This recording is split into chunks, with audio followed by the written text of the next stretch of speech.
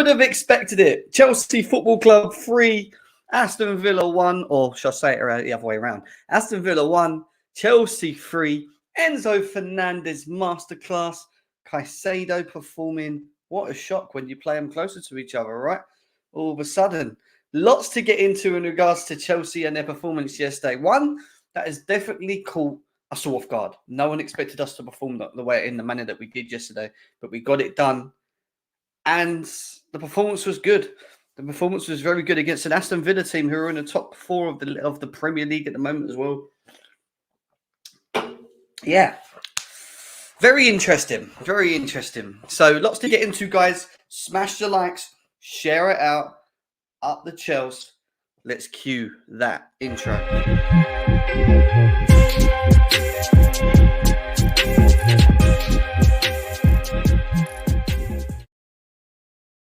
People, welcome back to GNA TV and Chelsea Fan TV for another match reaction. Aston Villa 1, Chelsea 3, Chelsea Football Club through to the quarterfinals against Leeds, which is going to be a tasty game. And let's talk about the game. There's lots to get into, lots for us to delve into, share and talk about as well. What I need you guys to do right now is tap the screens and share it out, guys. Tap the screens and share it out. It just goes to show, really, that the performance is in the team, right? And when you play them in a system where they can actually fully be well drilled, understand what their roles, playing more comfortably in roles as well, that you get the performance that you got yesterday. And it's all that we've been really screaming on about, right? We've been very questionable with Pochettino the last couple of games of how he set us up. And you could clearly see that the players were suffering. It wasn't working. We were struggling to build up play. And it was just little things that I keep saying, like I've been saying for the last God knows how many games now, that needed to be done to improve the system. And he tweaked it, and he did tweak it, and you could see that he tweaked it, and it worked. And listen, look, players' performance is massive because they all turn up yesterday. It is key that they are a lot more, they have to be a lot more consistent with, with how they performed yesterday, and that's key. Look, don't get me wrong, it doesn't matter what system you play.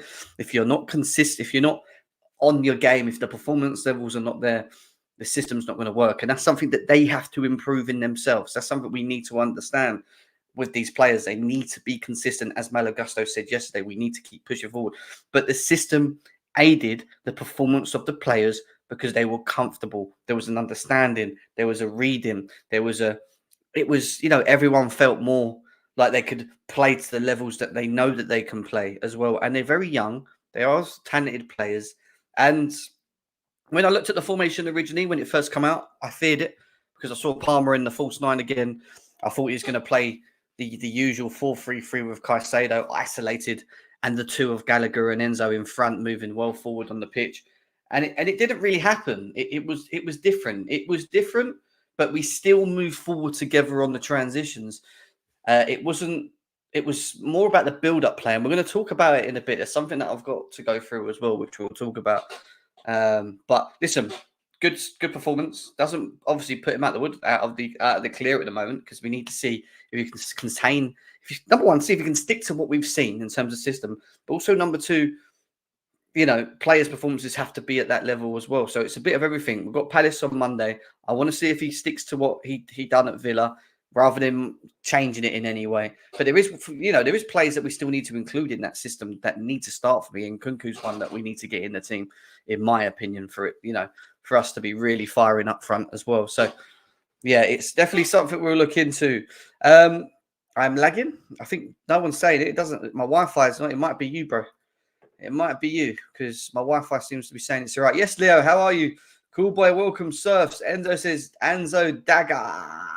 My star boy. That's what I'm going to say. Matty, what you saying? I still can't believe it. I think Villa needs to do some alcohol testing. Enzo, take a bow. Well, up the Chelsea, what a win. I wish we could use this momentum, but it's never ending all day at Chelsea. That's true as well. Gallagher and Palmer was key to yesterday's match, but they cut all the passing lines to Douglas and Kamara. It was perfect. It was, but we've also seen us play this system and us be very ineffective with it. And I feel that in certain games with this system, I don't think you need to have a Gallagher. But we'll obviously talk about that a bit later. Still, I think when you're playing a low block at home and you're going to stick to this system, you could maybe, you could throw Nkunku in with Palmer, drop Palmer a bit deeper into the 10 row where it's more comfortable. And that will give us even more creativity and spark and danger, in my opinion, in the offensive half. But we'll talk about that all in a bit. Agreed, consistency is key. Looking forward, we need to build on this. This is the big thing, right, Dog? We need to build on it. Chelsea need to build on what they've been doing right now. We need to be moving forward with better performances. Guys, there's nearly over 75 of you here. Do me a favor, though. Make sure you hit the likes. Make sure you hit the likes. Let's get the likes up as much as we can. Are you Poch in again? I was never Poch out and I was never Poch in. I'm Poch on the edge at the moment. I'm Poch. I'm like, this is a Poch. That's the issue. I was more get on my way to after what he was seeing being out because he wasn't changing anything. And obviously, one game doesn't change it for me in any instance. I am still on him because I want to see how he moves forward with the team and what he does with it. But yeah, no, it's you. Am I that bad? Laggy a bit, yeah. Just keep freezing, not your sound, like your picture. Does it? I don't know why it seems to be. It says it's clear my side. I don't know why it's doing that. Let me have a look. 1 second. Maybe because I've got too many connections going on now. Here, Enzo is here to stay. What a celebration. Corny guy, big up to you. Big up Undertaker CFC. Let me know when we get to the Silva and Sterling being dropped argument because that conversation is long overdue. Listen, Thiago Silva Thiago Silva has, and for me, has always been one of our best defender, in my opinion, for a while. Should he be playing every game? No. But has that been the case for the last 2 to 3 seasons? Yes. Yes. Should we start looking to maybe not include him in as many games like we did yesterday? Yeah. But do I think he will still play games? Of course. Well, this is the thing. We do need to move past Thiago Silva because he's going next season. We do need to start playing without him. So Disassi, who I thought was very good yesterday, Badia Shield, who again gets an injury, or Colwill comes in, then it's definitely worth. You see good now. You see, yeah. I just took my Wi-Fi settings down a bit. All right. Nearly 100 people in there. Big up to you, Silvers. Has to be allowed a break. Exactly. Like, you can't be playing him all the time. Do you know what I mean? Yeah, I think so as well. And this is the key thing. It really does, for me, lay down and around the opposition that we're up against. And I know that he lacks the pace. Don't get me wrong. So, if Badiashile ain't playing, maybe a Colwill or Disassi, but again, we've not seen enough of it. We need to start seeing a solid back four with fullbacks. And yesterday we had flowing fullbacks, something that I thought would work naturally in this four at the back system, rather than having 3 centre backs and 1 fullback. This is what I wanted to see. Fullbacks of Gusto, who has played absolutely great, by the way. Chuo on the other side as well. Poch is lucky, is what So says. Big up, Matty. How are you? Jem, we've been here before. Don't get too excited. I mean, Skills, I'm not really getting excited, bro. I'm just talking about the game, bro. Am I allowed to talk about the game? We still won and we still dominated the team in the top 4 quite comfortably. And it goes to show that we have got it in us. And let's be serious. Enzo and Caicedo, let's be serious. Like I said to you guys, I've been saying for a long time, when you start playing them a lot closer to each other, look what happens. Yes, Jay Anderson, what we're saying. All right, let's get into some bits, guys. I've got some bits to go through anyway. So let's jump in straight into with Vince's comment. So Vince's comment was on TalkSport, and it's Simon Jordan, someone that I don't really listen to very much, but when he comes out with a semi-nice comment, I would like to read upon them. Simon Jordan on Chelsea's performance against Villa, they got it in their locker right clearly. They are playing against an Aston Villa that are a very good side and very formidable at home, and put up a pretty much their they pretty much had their full strength side out, Villa, by the way. Chelsea bashed them up. Yeah, Chelsea outplayed them. It just shows you that within reason, Chelsea have the capabilities. We do have the capabilities.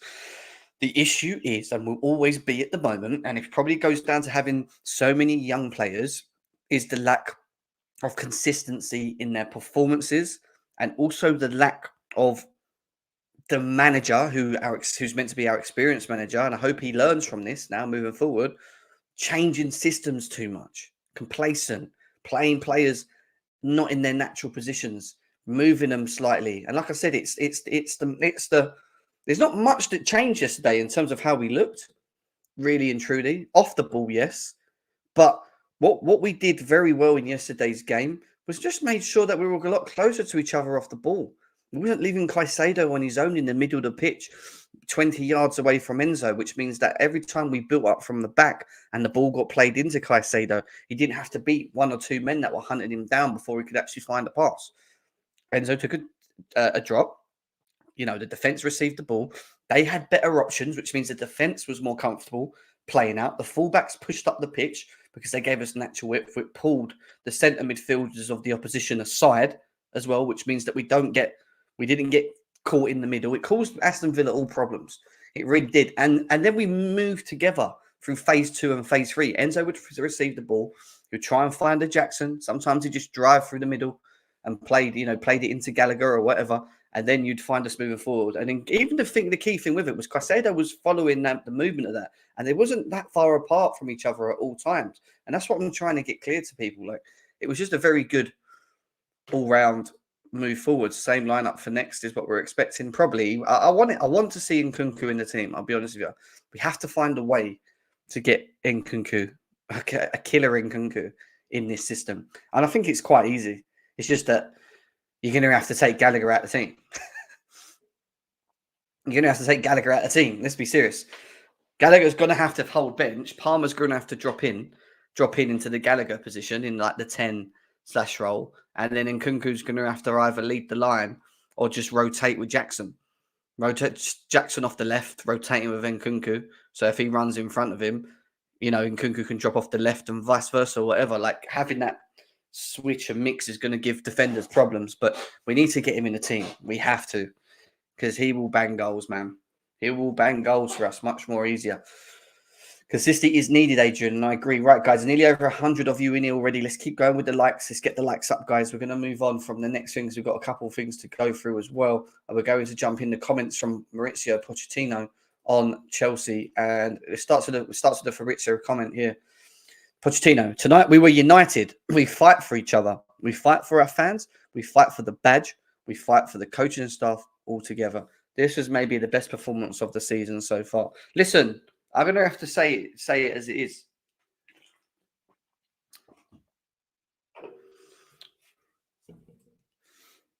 He managed to get them set up in a way where they were more comfortable and they played for him. In that game yesterday, they could have easily just switched off. Let's be serious. And just got him sacked. Potentially, if they really didn't like the way he works or whatever's going on behind the scenes, which we've been told there must be some bits and bobs. But yesterday they didn't. They all pulled together. They all put in a performance. They obviously saved his ass as well. Don't get me wrong. But he tactically got it spot on yesterday. He just kept it fucking simple. Like, he didn't make it hard for himself like he usually does. He played with natural fullbacks again. He played the two centre-backs. He put Enzo and Caicedo closer to each other, which is what we've been crying about, because how we've been losing games in the past couple of games is why. Guess what? We have no midfield. And all of a sudden, we had a midfield against a very good Aston Villa midfield, and they couldn't get close to us. And if they did, it was quick 1-2s in and around, and we was out of the press of the Aston Villa team. And they just couldn't deal with it. And then on top of that, you had Gusto and Chilwell holding the lines, and it worked. He needs to stick with it. He needs to stick with a system. He has to stick with this. But don't... And all the little tweaks that he made yesterday, which made it look better, along with good player performance because they were happier in their roles, has to follow through. He can't go into Palace on Monday and go, okay, Colwell, you're left back. Gusto at right back. Yeah, Enzo, Caicedo. But Enzo, I want you further up the pitch again next to Gallagher. Caicedo can come out of it. Sterling on the left. Whoever on the right. Jackson, you up front today. Because there's no fluidity. There's going to be... The chemistry is so key. Chemistry is so key. That's what he's got to do. Do you know what I mean? At the moment, he needs to stick to something that he knows he can use and then move on. Yeah, David, I will do, bro. I will do. Do you know what? I haven't had David in for a while. I've not had David in for a while. So we'll have David join me today. We'll get a little chat to have, and then we'll get the panel in soon as well. So, yeah, very good. Very, very good. And then we go to what was different. What was different? Because I think the majority of us know what it was. Some of us still maybe disagree. And obviously, I had a long conversation with Couch last night who felt that our systems wasn't different, that there wasn't much different. It was just that the players' performances were better. I agree. The players' performances were better, but there was a difference. And it was a big difference in my eye because we were more in control. And it goes to show here, what is the big difference with us off the ball here? And we did this against Arsenal. It's not like we haven't done this before. We have. It's just that we did it and then he just changed it. And this is his problem. He won't stick to this. He'll go and change it to something else. And he'll go and change it to something else. And something else. Look at the defence in a row. Look at the midfield. And look at the wingers tucking into the midfield. Okay. Look how close Enzo and Caicedo are, which is the big key. All right. And then look at the space between the midfield and a defence. Every time that we was out of possession, they closed the space in between them. In games where we've lost, it was either because we've lost the ball from the back or Caicedo's been caught off the ball in the middle. And it's because the gaps between the midfield, defence, and then the two midfielders that were meant to be next to Caicedo, or one of them at least, is at least 20 yards plus away from each other. It was a mess. Quite honest with you, it was just a mess. Now this is a better drilled team. They're not. Look again. Villa are trying to stretch us out, right? Villa are trying to stretch us out, and if you look at how we're playing, it's very narrow with the 4 and the 4. But why we've done that is to stop them playing through the middle, which is where we've been caught many times in the past. Force them to go out the wing, which means Gusto has to come across and deal with the ball. But look at the run of Madueke already, and this is the difference. They do have to work harder in this system. The wing backs have to work harder. Sterling, again, in previous games, especially at home against Wolves, how many times did he allow his right back to run past him and into him, and they actually scored from it? They have to work. The team has to work to the system. They have to. But this is how he's trying to play it. And as long as they're all on the same... As long as forward, big up to you. As long as they're all on the same wavelengths as each other, where Madueke drops into the Gusto position, Gusto then goes wide to close the ball, and vice versa, like they did yesterday. As long as they can continue that going forward, and I want to see it progressively moving forward against Palace on Monday, and then we've got a hard run. There's Man City's, there's Newcastle's, I think Tottenham's in there. There's a lot of games in there that are very hard to play with. Yeah, stick to a system though. Stick to it. Play it. Well, no, we're not pressing. At this moment in time off the ball, we don't need to press. We don't need to press. We're 2-0 up. We've took a step back. We're not making any... I keep making it clear to people. We're making sure there's no spaces between the defence and midfield. That's a small margin of space. The midfielders and the wingers are tucking in. There's a line. The fullbacks are tucking in. There's a line. They're kind of conceding the widths, but that's fine because Gusto can come and follow it, providing whoever's playing on each side tucks in. All right, even over here, look, Matty Cash is here. So it's different. It's completely different off the ball than what I saw against Wolves at home, Liverpool away. It's just, for me, it's completely different structurally. The difference is they need to press. The difference really and truly is they pressed at the right times. And that's the thing. When they were up the pitch and they had the ball, they went together. And this is the thing. It was the flow together. Off the ball, press, but they pressed in numbers, win quickly. But we still had each other in the right areas. As before, 2 midfielders up front. You beat them 2. You leave Caicedo on his own. 2 midfielders against him. Moving forward through the middle of the midfield, wingers on each side pushing forward. One of our full-backs would have been halfway up the pitch, which means one of our centre-backs would have been dragged to the left. And it's a mess. This is what I'm trying to get at. This is the difference. And I know it sounds like I'm going very in deep I am, but it's because the way I see things. But that's the difference in how we were playing. You know, that's the difference in how we were going to play, and that's it really for me. You know, and then you look at even this. Now, the difference in this. Look how close Caicedo, Enzo, and even I think that's Gallagher. Is it? That's dropped in at this point off the ball again. We're tucked in. Again, all right, we've gone to a 5 at the back this time. 3 midfielders. All right, they're maybe a little bit too close to each other at this point, but they're not halfway up here. They're not halfway up here, this, that, and whatever. The space is, you know, they're closing the space better. And having Enzo and Caicedo a lot closer was a benefit to us. And what I want to see for us going into the Palace game next week, without this big thing out of the way, and I want to see if we can kind of do it. More so having the Gallagher, a Palmer here, and then having Nkunku maybe this side actually, and having the Palmer more deeper as like the Gallagher role. Yeah, when we're playing against a Palace, especially more of a low block at home, I would say with this system. There's Nkunku in there because I think we have to get him in. Jackson and Nkunku can rotate between the two. And we know that they've got a good chemistry. We've seen it in pre-season. I want to see it again. I think it'll be even more beneficial for us from an offensive point. I think we'll be better attacking if we have this flow between the two. And with Palmer in a deeper role, I think he can then be more effective. And the one thing I would say about Palmer yesterday, he played that role that we don't like, but I do still think that it limits his game. I do still think it limits his game, personally. I'd rather him be a little bit more deeper than being the guy that was staying up the pitch like he was yesterday. In many ways, it sacrificed a lot of what he was good at. Yeah, he had good moments where he linked the ball and played it to the wide and blah, blah, blah, blah. But I just think where he can receive balls and then Enzo and Caicedo are closer and he can work with them in getting the balls and moving forwards, these two specifically, Enzo and Caicedo, I think I would prefer to see that on the eye. Yeah, of course. Off the ball, listen, the off the ball forward, my point being is, and I was saying this yesterday, a lot of yesterday, off the ball, the 4-4-2, but it was tight. Okay?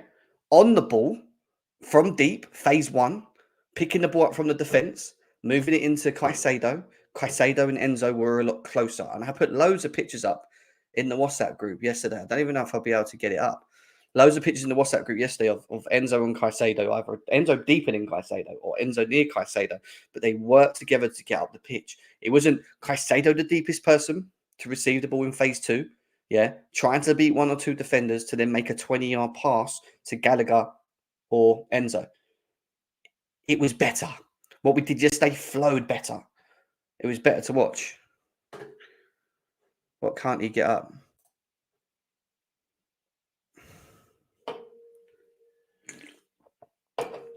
Expose me for bleeding blue. Big up, Cordy, man. Big up. So, yeah, in the future, I'd like to see that system. You know, we're going to quickly talk about... Oh, what have I done here? What have I done here? Leave. There we go. Roy Keane pointed out something which is, again, praised because it's Roy Keane. Absolutely outstanding. The two, Enzo and Caicedo, of them dominated the midfield. They looked strong. They looked aggressive. Their passing was short. Oh, interesting. Guess what? Their passing was short. Decision-making was excellent. They looked strong, physical, and outstanding. And the peel at the end were the big of it all. And that sounds stupid to the difference to what we saw yesterday to what we've seen in the past games. And it's a big difference. And I know Couch disagrees with me in it, which I find I don't really understand, to be quite honest with you, is that Enzo and Caicedo were closer to each other. And when Enzo had the ball and carried the ball forward, yeah, and did go, you know, into them areas of the 8/10s where Gallagher is and, you know, played in Jackson, whatever. Watch Caicedo's position, the difference. He followed it. He followed up with him. So there was not always a massive gap where he was too deep and one was up there and the other one's over there and God knows what was going on. We just moved better off the ball. He drops back in. He finds his position again. And then Gallagher and Palmer work hard off the ball to win the ball again. And that was a difference. They were playing short passes to each other, Caicedo and Enzo, when they were getting pressed. So as soon as Caicedo got the ball, Villa were like, bang, go and get him. Caicedo was turning well, number 1, which worked. But number 2, he had Enzo to find. And there was moments where tight moments where they had to quickly do 1-2s of each other and they broke the press. But it worked better because they were close to each other. And that's why our midfield was a lot more noticed in yesterday's game than it would have been against Wolves, it would have been against Liverpool, it would have been against the teams that we lost at home. Because the midfield was functioning better. It was functioning better. It just did. So Vince came out with this comment here, and he says, if we keep playing like we did last night, then we don't need to switch to the three at the back. Obviously, the three at the back was something that was being tired to happen. If Enzo and Caicedo playing the pivot, there you go. I agree. I think that needs to be more of the case. Play them closer to each other. Defensive line close to the defensive midfield line. Again, what did Jem just say earlier? The space between the defence and the midfield narrowed. Big changes. It doesn't look a lot, but it's a big change. It does. It causes problems for the opposition. Wingers tracking runners. This was a big one for me because one of the things that I think we've lacked in is, and it is performance of players, by the way. Yesterday's performance was heavy on the performance of the players and how they played also as well. They all stepped up. They all stepped up and played their part, but they were drilled better because Madueke and Jackson, to be quite honest with you, were just harder workers on the day. They'd done their job. They kept filling the spaces. If Gusto went forward, they went right back. Jackson would track back, Cash following through, and in that case, Chilwell didn't have to get dragged out of position. Like, they worked better off the ball, the wingers, up and down as well. Not even just on the ball where we were good and we were direct off the wings. It was better, but off the ball, they covered the spaces. Close space between the lines for effective counter pressing and winning second balls. Yeah, I agree, because they went in numbers. Again, they went in numbers at the right time. They didn't always just go. Sometimes when I watched this in the past, we just used to just go. Just run out and chase the ball when no one else is going with you. I've seen the amount of times I used to see Enzo just chasing a right back or a centre back and then completely out of position. And then the ball would get played into the wing, and then all of a sudden it'll find it in the middle where Enzo ain't in the pocket. And do you get what I mean? Like the pressing and the understanding of when to go was better. Then we are good. Football is a game of space, not all about formations.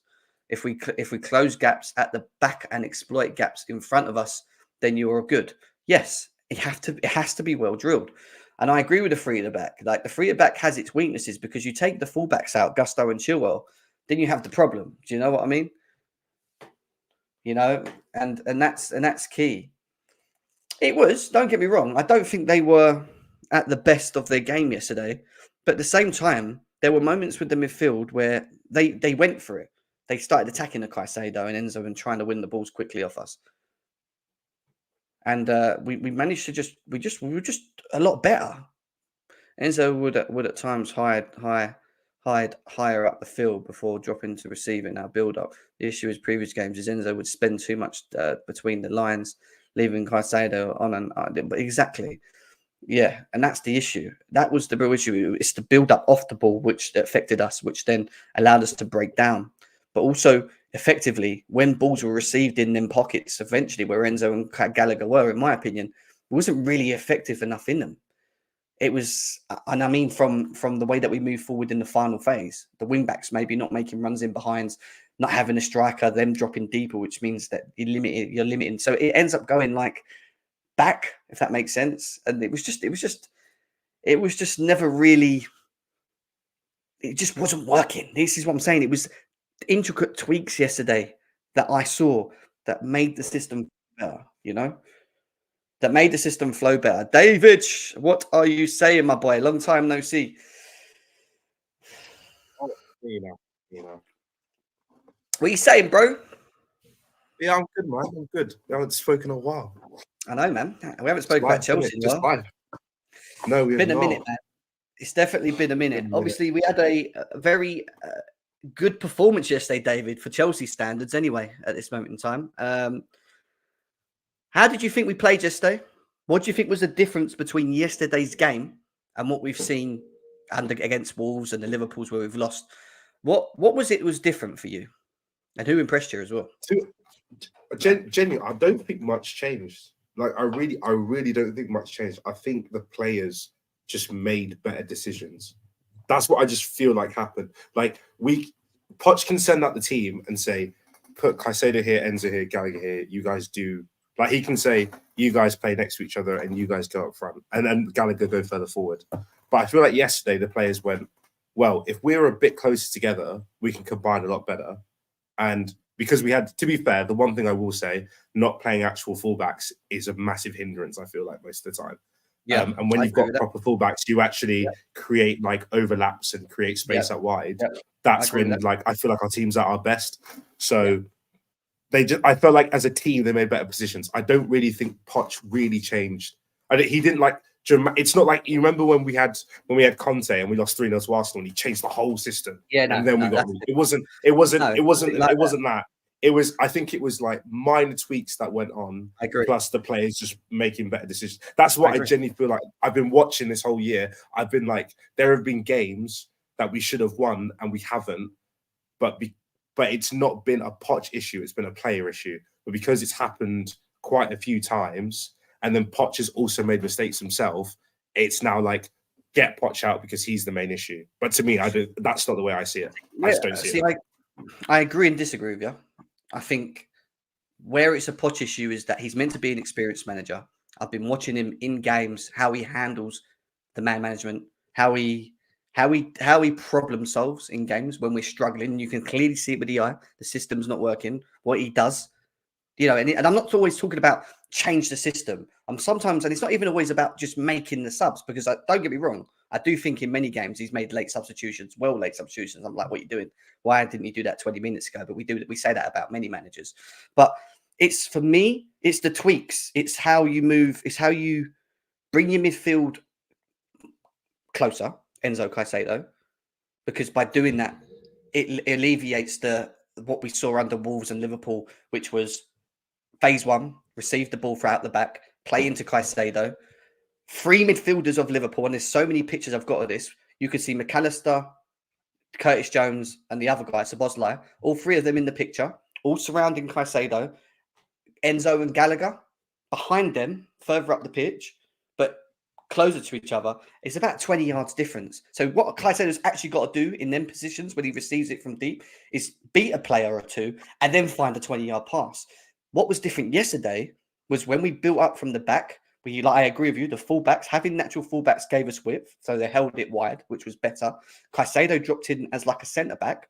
He went in between the centre backs sometimes to receive the ball. But Enzo's positioning from where it was against Wolves and Liverpool was different because he came deeper to help Caicedo get up the pitch into phase 2, phase 3, and then we transition quicker with Jackson and Madueke, who I thought had good games as well off the wing, and move forward.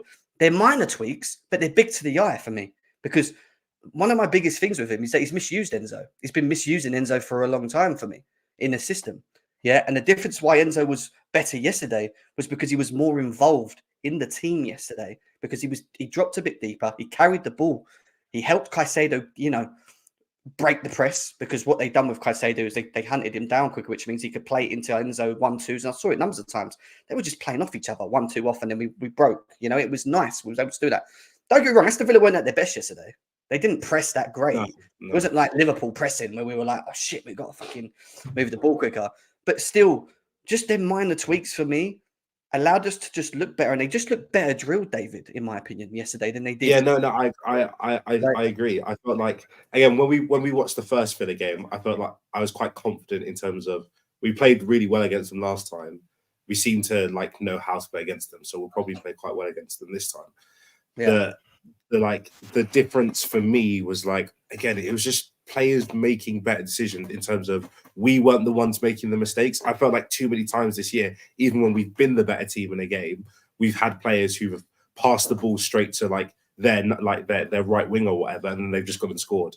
And then that's when the heads go down and everything, and blah, blah. Yesterday was we played really, we had the 10 minutes at the start where it was a little bit shaky, and then after that 10 minutes, it was we had control and we had a bit more composure about us. But these ups and downs, I fully expect. I'm not again, 11th good enough? No. But does it shock me that we've drawn 4-4 with Man City, but then we've got absolutely smashed by Liverpool, and then we've gone and had our best position, we've had our best game, we've had pretty much all season? No, it doesn't shock me, because I'm expecting this up, down, up, down, up, down, up, down, up, down. Like it doesn't shock No, me. but that's understandable. But he still needs, as a manager, in many games that I've watched him, and I'm sitting there and I'm watching him, I'm waiting to see how he acts, if he's going to change something, whatever. I still feel that Pochettino has been the root of his own downfall with some of what we've done through it, especially in specific games. I look at the Wolves game at home, last game round. There was a number of things that I felt Poch got wrong. Number of things. All right, players' performances is massive, and they are going to be hindered. Even Sterling is not playing well. This guy's meant to be experienced, and he's even struggling to pull to the standards that we need to. Don't get me wrong. It is down to player performances, but it's also, for me, a tactical element of how he's been setting us up, how he continues to be naive and just keep playing that rather than just tweaking like he did yesterday. Off the ball, we played a 4-4-2. We closed the spaces. I said it earlier on. We closed the spaces more between the midfield and the defence, which made it harder for like the Watkins and whoever to get in them spaces to receive. Like it was for me. I saw a lot more. Literally, that was it. I just saw a lot more going on. I agree, and I hope that we keep that blueprint for the next couple of games. I think what's key is, again, he needs to decide who, not my starting 11, but who are like my main 13 to 14 people that I'm going to use, and use them and just give them like 100%. Game after game after game, because we have to get through this bit of, because again they all need football games, which is a really weird thing. Like, because our squad is so like they're all 21, 22, all of them don't actually have enough games for them to actually be like considered experienced enough. So I think you're going to have to choose 15 of them and go, we're making these 15 our experience 15, and then the others are going to have to pinch in whenever they can. But like for me personally, the way I've been watching has been frustrating, because I feel like we do have the right players to actually play very good football, but we just haven't done it enough times. Like for me, like the way Jorginho and Enzo played. The way we used to play with Jorginho, where it was like he'd get the ball and he's literally every game, if you could put a bet on, Jorginho's having the most touches on the ball, that should be Enzo, because Enzo is a much better version of Jorginho. David, you've answered. He can move it on. You know what I'm saying? He can he's far more creative and stuff. We have the players to do the right things. It's just that there have been times this year where I will admit Poch has made mistakes himself. But am I Poch out? No, I'm not Poch out, because I don't see how that solves our issue. He's naive. That's my main issue. I hear what you lot are saying, yeah. And obviously, David, I heard what you said at the beginning. First of all, big up the chat. Listen, big up Jem every time, man. We need to keep up this consistency, man. But yeah, listen, I've been listening to what you guys have been saying, and as much as I don't think Poch takes all the blame, I think majority of the blame right now is on Pochettino for not using these men correctly. Because David, what you've just said right there is spot on. We've got players in this team. I've been banging on about it for time. We've got technical players that want to keep the ball. We're a possession-based team. That's the sort of team that we're building right now. And if you guys remember at the start of the season, when we were playing better but not picking up results, every single game that we had more possession than the other team, because we were keeping the ball, and we were, when Palmer came into the team, we were creating good chances. We were playing, quite well, but a lot better than what we are now, right? But ever since he started to leave Caicedo on that island by himself, we're not able to build up consistently the way that we need to. Because Caicedo, he's good on the ball, yes. He's press resistant as well. But if you're asking him to beat 2-3 players every single time, he's going to get dispossessed, bro. This is the Premier League. He's up against good players. Do you know what I'm saying? He's going to get dispossessed.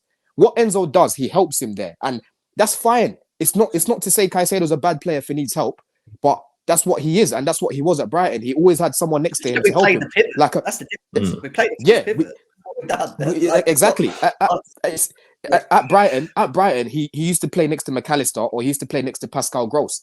And even yesterday, you can see that he was enjoying the game, because every single time he got the ball and he looked up, he had a combination with Enzo right next to him. That's why you saw a lot of the triangles, and that's why you saw us building up the way that we did, because he had players closer to him. So I don't understand how you can watch yesterday and literally come out here saying that nothing was changed, because it was very, very clear that the instruction that Enzo had was to pick up the ball from deep and then progress into attacking positions, not the other way around, not leave him by himself, let him build by himself and then go and help him. Yeah. Caicedo's not like a Lavia. Lavia can play in the lone six by himself. I watched multiple games last year where he can hold it up by himself. Caicedo's not that. He's not a lone six. He needs someone next to him. And yesterday he had someone next to him and we played better. Numerous examples of where he's done that this season, but he goes away from it. Preston, he had Enzo playing deeper. One of his best performances this season. Fulham, both games. Yeah, he had. I was even at both games at the Bridge and away. He had Enzo playing deeper. We played better. Do you know what I'm saying? When we played against Luton, he had Enzo playing a little bit deeper. We played better. There's been numerous examples where he's done that, but there's more examples where he hasn't done that. And that is the main problem that we need to speak about. He needs to stick with this system of having our players playing closer together, because these lot are technical. They want to play football. They don't want to do this gun-hole counter-attacking football. They want to play and create patterns the way we did yesterday. So it was good. It was a good performance from Poch, and it was a good performance from the players. But let's not ignore the fact that we were set up correctly. That is why the players played the way they did. Because we didn't play like that against Wolves. We got battered. We didn't get set up like this against Man United. We got battered. We didn't set up like this against Newcastle. We got battered. Do you know what I'm saying? So it's very clear, bro. Yesterday worked, and it was on the manager. Big up Poch. As much as I want him out, big him up. Yeah, I agree. I mean, Forward, you watched the game. You got to rewatch the game after. By the way, I've said Nigeria will win it. By the way, I said it from the beginning, and I still think they're going to win this. Big up Nigeria. You know, they're getting to the final. You know, and all that. Forward, I know you went out to celebrate, didn't you, for that as well? Yeah. Did you watch the game? Yeah, I did. I'm trying to still recover from that, and you might hear it in my voice a little bit, but yeah, no, I'm still high from the Nigerian game. Obviously, massive result for us to get to the final. But yeah, no, I was able to obviously watch back the Chelsea game with a bit of a level head, and it was good. It was good. I could really just see it. Obviously, rewind certain moments that you don't get to do obviously live, and really assess what happened and why it happened, rather than just watching it as it goes like a fan. And yeah, obviously, what I saw was, again, similar to what a lot of people have been saying, is that the system wasn't too different. Again, I think David made a lot of great points that the players did obviously execute the system better. Yeah. But again, there was those small changes which had a massive difference. And obviously that is Enzo altering his position at times and dropping a bit deeper more often than we would see against the likes of Wolves, Liverpool in recent games. And it's not to say that Enzo, like, again, like even before when people were saying, oh, Enzo was playing striker against I think what team was it? I think Middlesbrough in the cup. Obviously we did win that game, but people saying, oh, Enzo was playing like too high, and like obviously he was playing too high. He wasn't playing like a striker. We had remember against Everton, this guy was overlapping our left hand side, bro.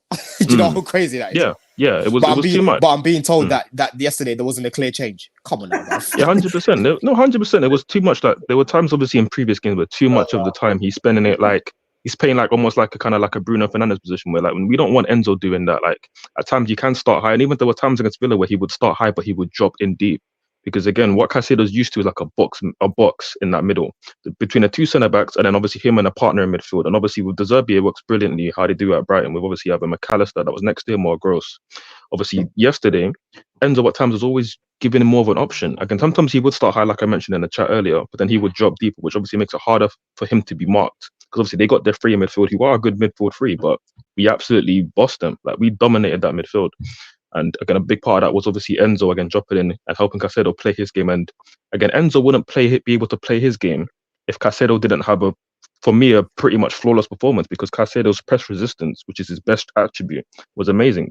And that's why it obviously is a letdown when you see him make mistakes like he did against Wolves, which is just a player mistake. Again, Poch doesn't really control that. And that's obviously on Caicedo for making a mistake that he made. But again, against Villa, he was flawless in the build-up. And again, it was great. The back four obviously did their job. At times we got overloaded in wide areas. Just to go back a little bit forward, yeah. Just to go back a little bit before I forget the point, yeah. You know what you said about the game against Wolves when he lost the ball, right? If you go back and watch how many blue shirts were around him, there was no options, bro. Right? Chilwell played him under pressure, played it to him. I don't even know why he gave it to him. He had about 3 bodies around him. As soon as Caicedo got the ball, he looked up and you could see that he was getting a little bit flustered. Yes, he was poor, because I even criticized him on my fan cam I done on Chelsea Fan TV. But if you look around him, there was no one there to lay it off. Yesterday, he had someone to combine with every single time, bro. Do you know what I'm saying? 100%. No, listen, like Caicedo, like, so in that instance, right, like, okay, we can all agree Chilwell in terms of build up is cheeks. Like his awareness in terms of when to pass the ball to people, wait to pass, all of these things, like it's terrible. Like I've even took screenshots of the game yesterday where like there's times where Enzo's literally trying to coach this man in game, like, bro, just pass it there, and Chilwell won't listen in it. Like in that situation with Wolves, when he passed Caicedo the ball, Caicedo didn't have many options other than really just to go back. And obviously again Caicedo took a touch, dwindled for a second, and then got robbed in it. So I hear that. Enzo was obviously close in that instance. And again, yesterday we saw many more instances where Caicedo received the ball under pressure, and he, again, through his ability, would turn and be able to make space. And also then find other and Enzo, sometimes Gallagher when he would drop deep or just go back and play it safe. But no, the build-up was just a lot better. Against a good team, you have to admit, who have a good home record. They're not in the greatest of form, but they were confident coming off a 5-0 win against Sheffield United. So I don't want to take too much away from the win. It was a good performance. Obviously, the attack, we'll talk about more in detail later on in the show, but they obviously did their work. And again, we're seeing wingers perform better in wide areas. Again, for me, Jackson performed better than we've seen anything Mudrik's done at left wing. Nani was more consistent yesterday. At times he could do better with a final third product, but in terms of just the build up and offering obviously pace, some good strength as well in wide areas, gave Moreno a hard day. So overall I'm happy. Overall it wasn't like a revolutionary change in terms of how we played, but the small changes made a massive difference and gave us one of our best performances of the season. So I'm happy, man. This is what I'm saying. Yeah. And that's the overarching point. That's the overarching point, because people talk about this team and talk about Chelsea as if we need to rip it all apart and then go again. Like right now, what we need to do is obviously go into the market and now start to look at experience to help these young players, right? Yeah. But with the guys that we've got right now, people will talk, the rivals especially have been talking, and some Chelsea fans have been talking as if Poch hasn't got enough to make a meal. You know what I'm saying? My man's gone downstairs, he looked in the cupboard, and there's some ingredients in there for you to make something for yourself to eat, my brother. But my man's burning the food every single week. Do you know what I'm saying? So let me just hop on a point you made earlier. If you use his man correctly, this is what happened. This is what happened, sorry. They will play better, bro. Let me just hop on a point you made earlier, because I've been thinking about it for a long time. But bro, the football that we can play with this team is sensational, bro. Like at times I was talking even earlier in the season that if we had like a Hazard level player in this team, bro, he would thrive, because the teams that Hazard played in, other than with the Sarri season where we saw him explode, like he didn't play in teams that were built to play great football. This team has a lot of players that can play amazing football. We just need to unearth that a lot more. Exactly. And that goes down to the manager to set them up correctly, and then you'll get the best of them again. 100%. Let's go to, we've got Couch here, we're going to come to him in a second. Hassan, you was at the game yesterday. You saw that Enzo free kick. Guy, look. Yeah, I managed to even get it on record, man. How you guys been anyways? Good, mate, good. How was it for you? Bro. Yeah, it was quite good, the way experience. We were quite loud. I don't know how it sounded on TV, but you lot were making noise, man. I rated it. Yeah, the Villa fans. So but like I was saying, right, the Villa fans, right, they were quite quiet in the game, and just before the game started, right, I don't know if it came on TV as well, the players all got into a cuddle or a hurdle together, and I was saying to Fats, because Fats was right next to me anyways, we met for the first time, so I was saying to him, I got a feeling that we're going to turn up today. I got a feeling we're going to actually win, because something about Chelsea and like cup games in general, that they really just end up turning up in general. So yeah, I mean, it was quite good. It's quite energetic. The crowd was like making noise from minute one. So yeah, I mean, Gusto had a great game for me. Enzo was switching up the balls. It looked quite good on live than it does on TV, because you can actually see the ball ping and curl. It's crazy, bro. His passing is ridiculous when you see it in person. It's mad, bro. Yeah, it actually curls, man. It doesn't look like straight the way it does on TV. It's the angle, but yeah, I saw that free kick going, and what a free kick that was. But in general, I think this is like one of the best performances of the season. Probably the best I've probably seen. And I don't know why, man. Every time I go to a away game, we always win 3-0. So I'm getting you a ticket to the final, bro. I'm getting you a ticket to the final, bro. Yeah, hopefully we turn out, man. I don't know why, man. Chelsea won't be in the way when I go, so I might as well book a ticket for the final. But yeah, Gusto played well. The backline played well. Who else was there? Yeah, and Sarsi especially was amazing for me. The players, everyone's had their shaky moments throughout the game, but that's just natural. That's just the game. But yeah, I mean, the players and the lads did well. Didn't have control of it though, didn't we? For once, which was a difference as well. Like usually we play well for a proportion, but then we lose control of it for a large proportion. Yesterday we lost control. I think I looked at 70 minutes, and that was a good 3/4 of the game. You'd say that we actually performed to a standard. Do you know what I mean? So and then they went to a back five after that as well, which was some good in-game management. But let's talk about the centre backs, man. Disasi and Badia Shield yesterday, bro. Yeah, they were very, very key, and they helped us. Disasi was good as well, like in terms of the blocks, just building up from the back. Yeah, the shots blocked and tackles up. I mean, yeah. What one thing about Badiashile and Disasi, and I have to big up Couch for this as well, because start of the season he was speaking about Silva on the ball. The guy takes too long on the ball. Do you know what I'm saying? Yeah, I do. And as you've cut off, what I will also say is Badiashile made some very bad passes yesterday in the first half, in my opinion. He did. Playing balls over the top, which I actually think Disasi's a better playing out than, I think he's better with the ball playing out than Badiashile is, personally, from what I've seen of him. I think I've seen Badiashile have better games than he had yesterday, and like ultimately we won, right? And we almost kept a clean sheet, bar like again some laziness in terms of like our setup, like defending corners. We need to like stop allowing teams to create those overloads from short corners, and then even then we don't want marking the edge of the box. And obviously, good finish from Diaby, to be fair, but no, I think Badiashile had a good game. I think Disasi had a great game. I think Badiashile at times he got lucky with a clearance earlier on in the first half. At times the heavy footedness you can see does cost him at times, but overall like he was all right. But he can play better. But I think the thing is obviously like again the elephant in the room is obviously Thiago Silva and maybe Bella Silva and what happened with that, right? But listen, I think he's still been our best centre back this season. But again, the man is 39 years of age and he's a legend of the game. He's been great for us. But obviously playing in a 4-back, especially when your left back is Ben Chilwell, who will leave spaces open, it leaves him very vulnerable. And you can see that while Badiashile isn't an Olympic sprinter, he's still got more recovery pace than a Thiago Silva, so it's a bit easier for us to play the high line. So I think it's a better partnership. They blend together but better. They obviously played a lot of football together in Monaco, so it's a better shape since we're playing a back four. If you obviously go to a back five, then I think Thiago Silva between them would be solid as well. And against Liverpool, that's the question in the final. Could you see Disasi playing? I don't know about that. I don't know about that, Jim. Yeah, but sorry, my phone was someone tried to ring me there. Yeah, but the point that I was going to say about them two, yeah, let me take it back to the overarching point about our team being technical and these not trying to play some football.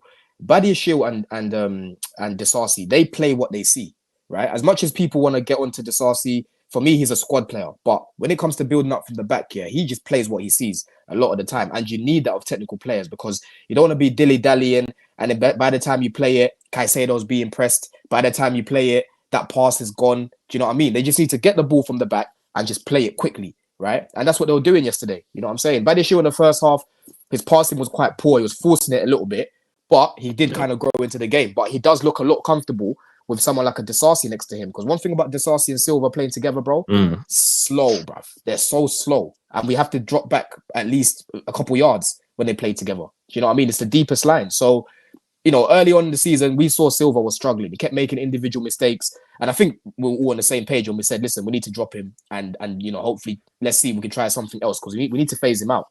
Rest of the season, I'm comfortable in phasing him out. If we've got to bring him in for the bigger games, so be it, where we're not going to be on the ball as much. Yeah, you know what I mean? When we're going away. If it's a back five, then yeah. If it's a back five, cool. But we need to start phasing him out now, man. Because even individual duels, Jem, like against Liverpool, against Wolves the other day. Like I love Thiago Silva, yeah. But it's been poor. It's been poor, innit? It's been poor. You know what I'm saying?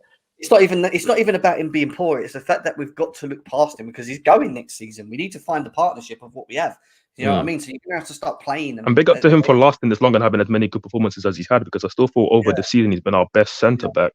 But we still need to phase him out. That's just the facts of it. And I feel like Disasi being like the most senior one there, you saw him actually kind of stepping up and being more of the leader because obviously naturally you defer to Silva when he's in the lineup. But you saw that he felt like, you know what, I'm the kind of the guy of this back five, really. And you saw him step up because again, I don't rate Chilwell like a captain like that. He was all right yesterday, but again, Chilwell for me still it's very mid. But Disasi, big up, man. Like he looked more like a leader than I've seen him before, which is good. And we really need that in the squad. He put a great block in inside the box where he kind of like spreaded his legs out and stopped it going into the bottom corner and stuff. And pause on that, but he was solid, man. He was solid. Let's go to pause on that. Critic, man.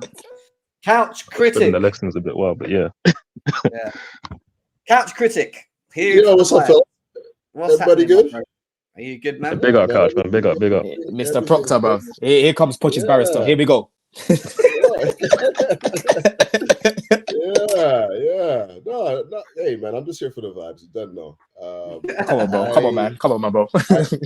I didn't see much different yesterday. I'm not. That's being disingenuous. I can't say I didn't see much difference. I'm gonna tell you that the difference that I saw is in complete contrast to what you guys saw. I thought that the biggest difference that I saw in our setup was the fact that we saw more of Caicedo as solo six. We saw more when we're playing out from the back with Caicedo dropping into the back line and playing out from there. And in tandem were the two attacking eights. You saw more of Gallagher and Enzo dropping in from that second phase to get onto the ball when we're playing out from the back. And one of the amazing things that I saw from Enzo Fernandez in this game, which I didn't really see previously, is when he dropped in to collect in the second phase, he was swinging the ball out to the likes of Gusto at will, like first time hit. He'll drop into those spaces and just lick it into space for Gusto. You see that? If you're technical, you play what you see. You play what you see, bro. No, but that was obviously a rehearsed move though, because we did about 4 times where he would drop into those spaces and just knock it into the right. One of those led to the second goal as well. Exactly that. I'm glad you picked that up as well. Exactly that. And but that happened more often than not. But for me, I don't know if, and I was bigging up David in the chat, because everything that he said for me was bang on. Like, that was exactly it. Yes, there were tactical switches in the game, and there were small little switches in the game, but overall, the thing that changed the most was just the energy and effort on the pitch. Guys were better. Guys were better in their role. The only other thing that I noticed, and that I think was very, very crucial, was the symmetry as well. For the most part this season, we've been playing with, those 3 center backs in the back line, and we've been making an asymmetrical overload on one side of the pitch, whether it be the left or the right. Yeah. With having the 2 attacking fullbacks going down the pitch, it gave us more symmetry, and it gave us the same sort. Exactly, it gave us that, right? It gave us more in wide areas where we could naturally combine in those areas. But those are the only 2 real tactical switches that I saw. Everything else was just awareness for me. Like, we were just more switched on. Like, there were situations in that game where guys like Chilwell came central one point in the game where we're in the attacking phase, and Chilwell came central, and the natural response for Enzo was to drop back in the left back position. We've never seen that before. We've just not seen that stuff. There's times where Chilwell bombing up the pitch. Yeah, those guys. Yeah. Well, they track back extremely well between Jackson and McBreaky. They track back extremely well. That was instructions as well. Obviously, he made sure that the team was turned on there. But there was a situation where Ben Chilwell, we're staying in our 4-4-2, like our defensive 4-4-2 shape, and forcing Aston Villa into mistakes. We weren't really pressing them. We weren't pressing them at all. We stayed in our base shape and basically took what's his name, Kamara, and what's the other guy? Why do you think that was Luis out of the game? Because when we're starting to, I think when we're trying to like press that second wave of the press, I'm not talking about Gallagher and Palmer. The second wave of the press, when it's Caicedo and Enzo and then our wingers, they often don't judge when to go correctly, and they don't move in tandem very well. So when you're gang tackling, you're getting into those positions, somebody will go before somebody else, and we're not really timing that. So then the shape gets pulled out, and then we're all over the place. But the thing that I noticed this game, and I'm just going to touch back on, we didn't really look to press them. We just basically stayed in our shape and forced them into mistakes by taking out their midfielders and forcing their defenders to be the players that are being the ball players in that setup. And there was one instance where Chilwell just intercepts the ball. Like, I kid you not, Kamara just passed it right to him, and Chilwell just starts bombing up the left flank. And instead of Jackson being somebody that's just going to go bomb on and get into the attacking area, he's holding the left back position. Yeah, I saw that. This is what I'm talking about. This is defensive awareness and a tactical awareness that was not present in previous games, where you're not switched on. You're not thinking about what's happening up the pitch. Okay, well, if we get countered here, what's going to happen? That left flank's exposed right now. So those are the things that I noticed specifically that were very, very different. The spaces between, and I know we're going to talk about this, the spaces between Enzo and Caicedo in our base setup, that 4-4-2, when we're just looking to absorb pressure, was very close. They were maybe like 5 to 10 meters apart from each other, 7 to 10 meters apart from each other. But our build-up phase, when we're building out from the back, there's a chasm between them still. And I really feel like the reason why we didn't notice that as much is because Villa were so poor at pressing the ball. They were not pressing us.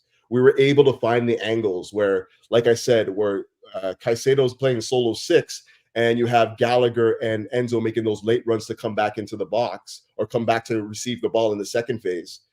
Yeah. We're getting on the ball consistently like that all the time. And there's times where we're trying to extend the ball out to where Enzo is basically the furthest attacker. All this stuff has been documented. He was also one of the most deepest, though, Couch. I remember points where he came deep and he was deeper than Caicedo to receive the ball. I think that midfield three was very much in tandem, where people were compensating for. So like when Enzo goes, when Caicedo goes to press the ball, Enzo would fall into that hole there. That happened a lot. That did happen. Gallagher done it for Enzo. Gallagher would drop into Enzo. Gallagher's done it. Gallagher did it as well. But I'm still saying when we're playing out from the back, the understanding I got from it was we're playing more of a 4-3-3 with a solo 6 and 2 attacking 8s. That's what it looked like when we're playing. And all of this stuff, like I said before, was very well documented in my video. And I'm going to show that to you guys if you don't believe what I'm saying. I'm just editing. I see what Couch is saying for sure. Like Couch isn't like getting things wrong here. Like in terms of like the absolute first phase where like we're playing out like from literally like around our box, right? Like because obviously, again, I think what a lot of people see like is them pressing us like in the middle of the pitch because they didn't always full court press us. Because in the beginning phase where again these battles are really won and lost, right? In terms of it's a team willing to press you because they're getting joy out of it. When they did try to press us with the full court press, often it obviously is Caicedo by himself, like there. But because Caicedo, like I said, had for me literally a flawless game.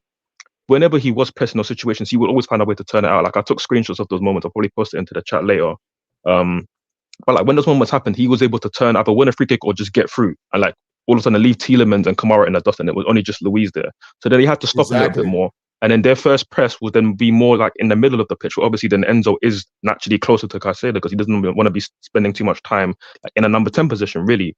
So no, what Couch is saying is correct. Again, that's why for me, Caicedo having a big game is so important for us if we're going to play that way. Because if teams want to go for the full court press and Caicedo is moving like he can't be touched, then of course they have to back off a little bit, and then that brings Enzo into the game more. So I 100% see what Couch is saying. Why Enzo was more in the game for me was because maybe again it was more involved because he was able to maybe like the Couch was saying alternate more, but I just felt I found him more in a position where he could drop deep, and I agree Caicedo would beat the press sometimes, but he always knew once he got to that next second phase that Enzo was a lot closer rather than there's an option, and that's the key thing here. We're not saying go on, Jem. We're not saying that Caicedo always needs Enzo right next to him when it's time to build up as the first pass. No one is saying that.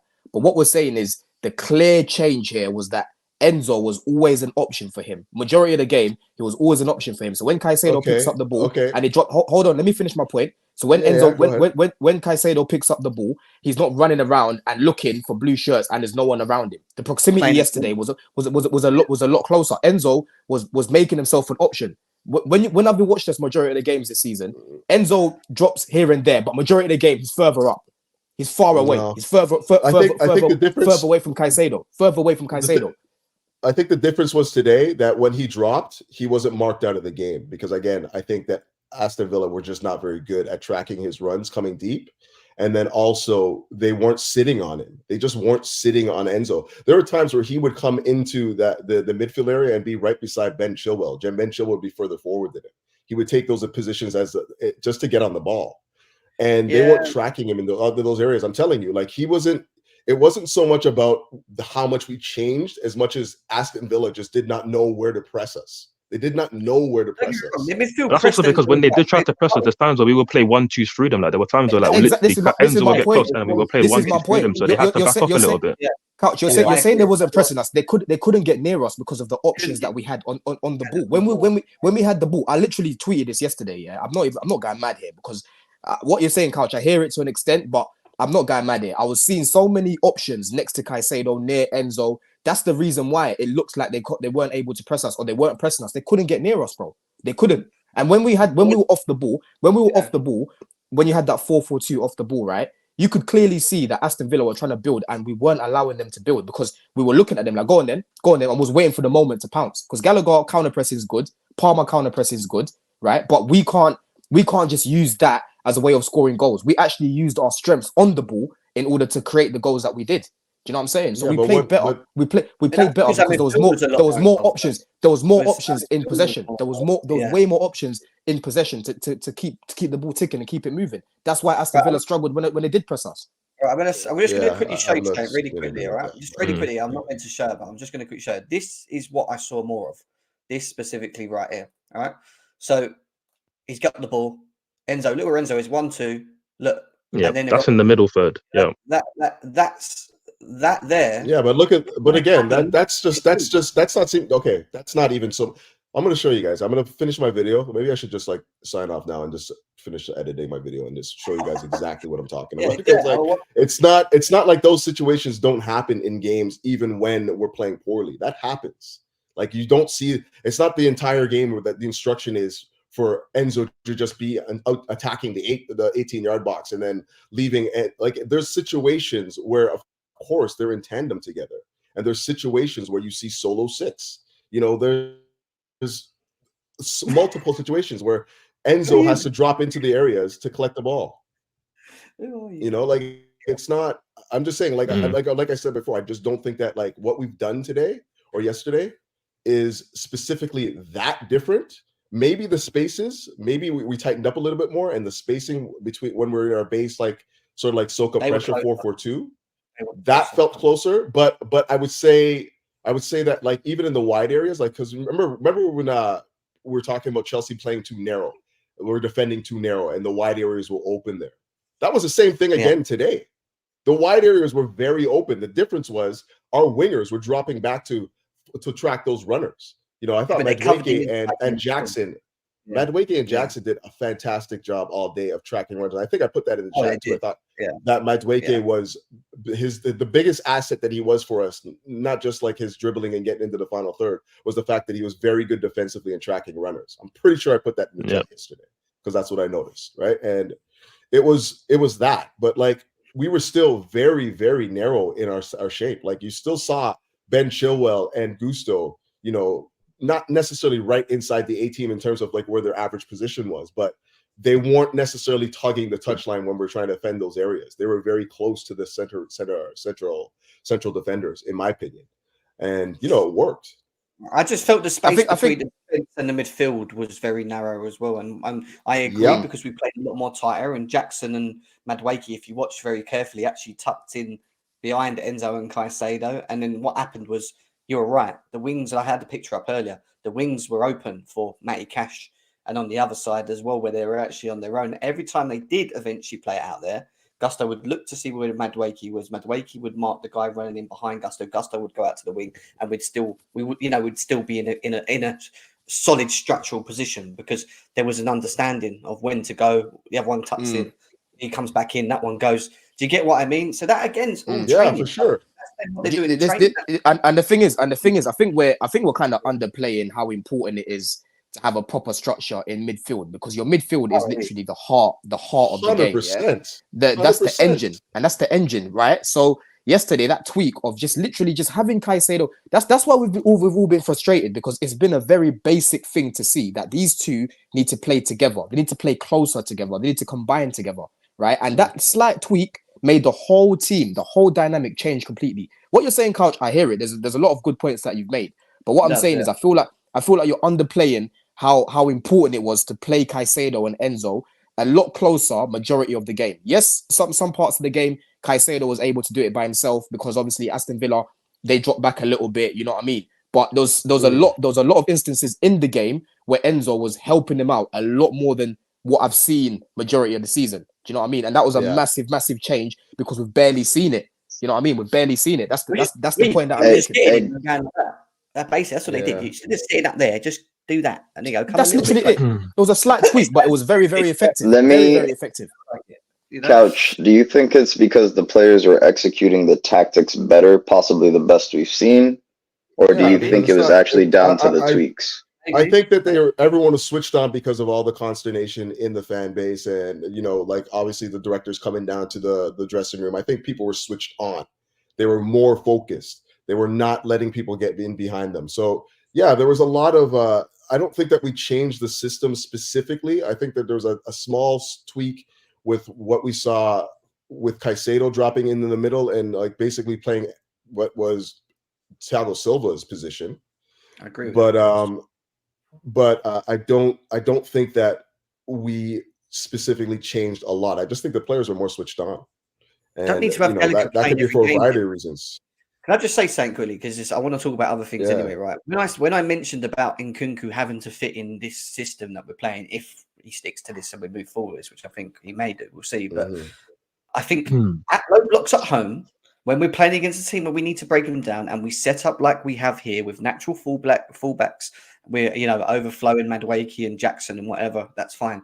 I'd take Gallagher out, drop Cole Palmer deeper into that role, and just play Nkunku either up there, but leaving Nkunku and Jackson to do what they did in pre-season, which is alternate. Yeah, because Jackson will come into the middle with him and try and link play. And that's one thing I'm saying is we have to, in my opinion, get Nkunku in his team because he's a killer.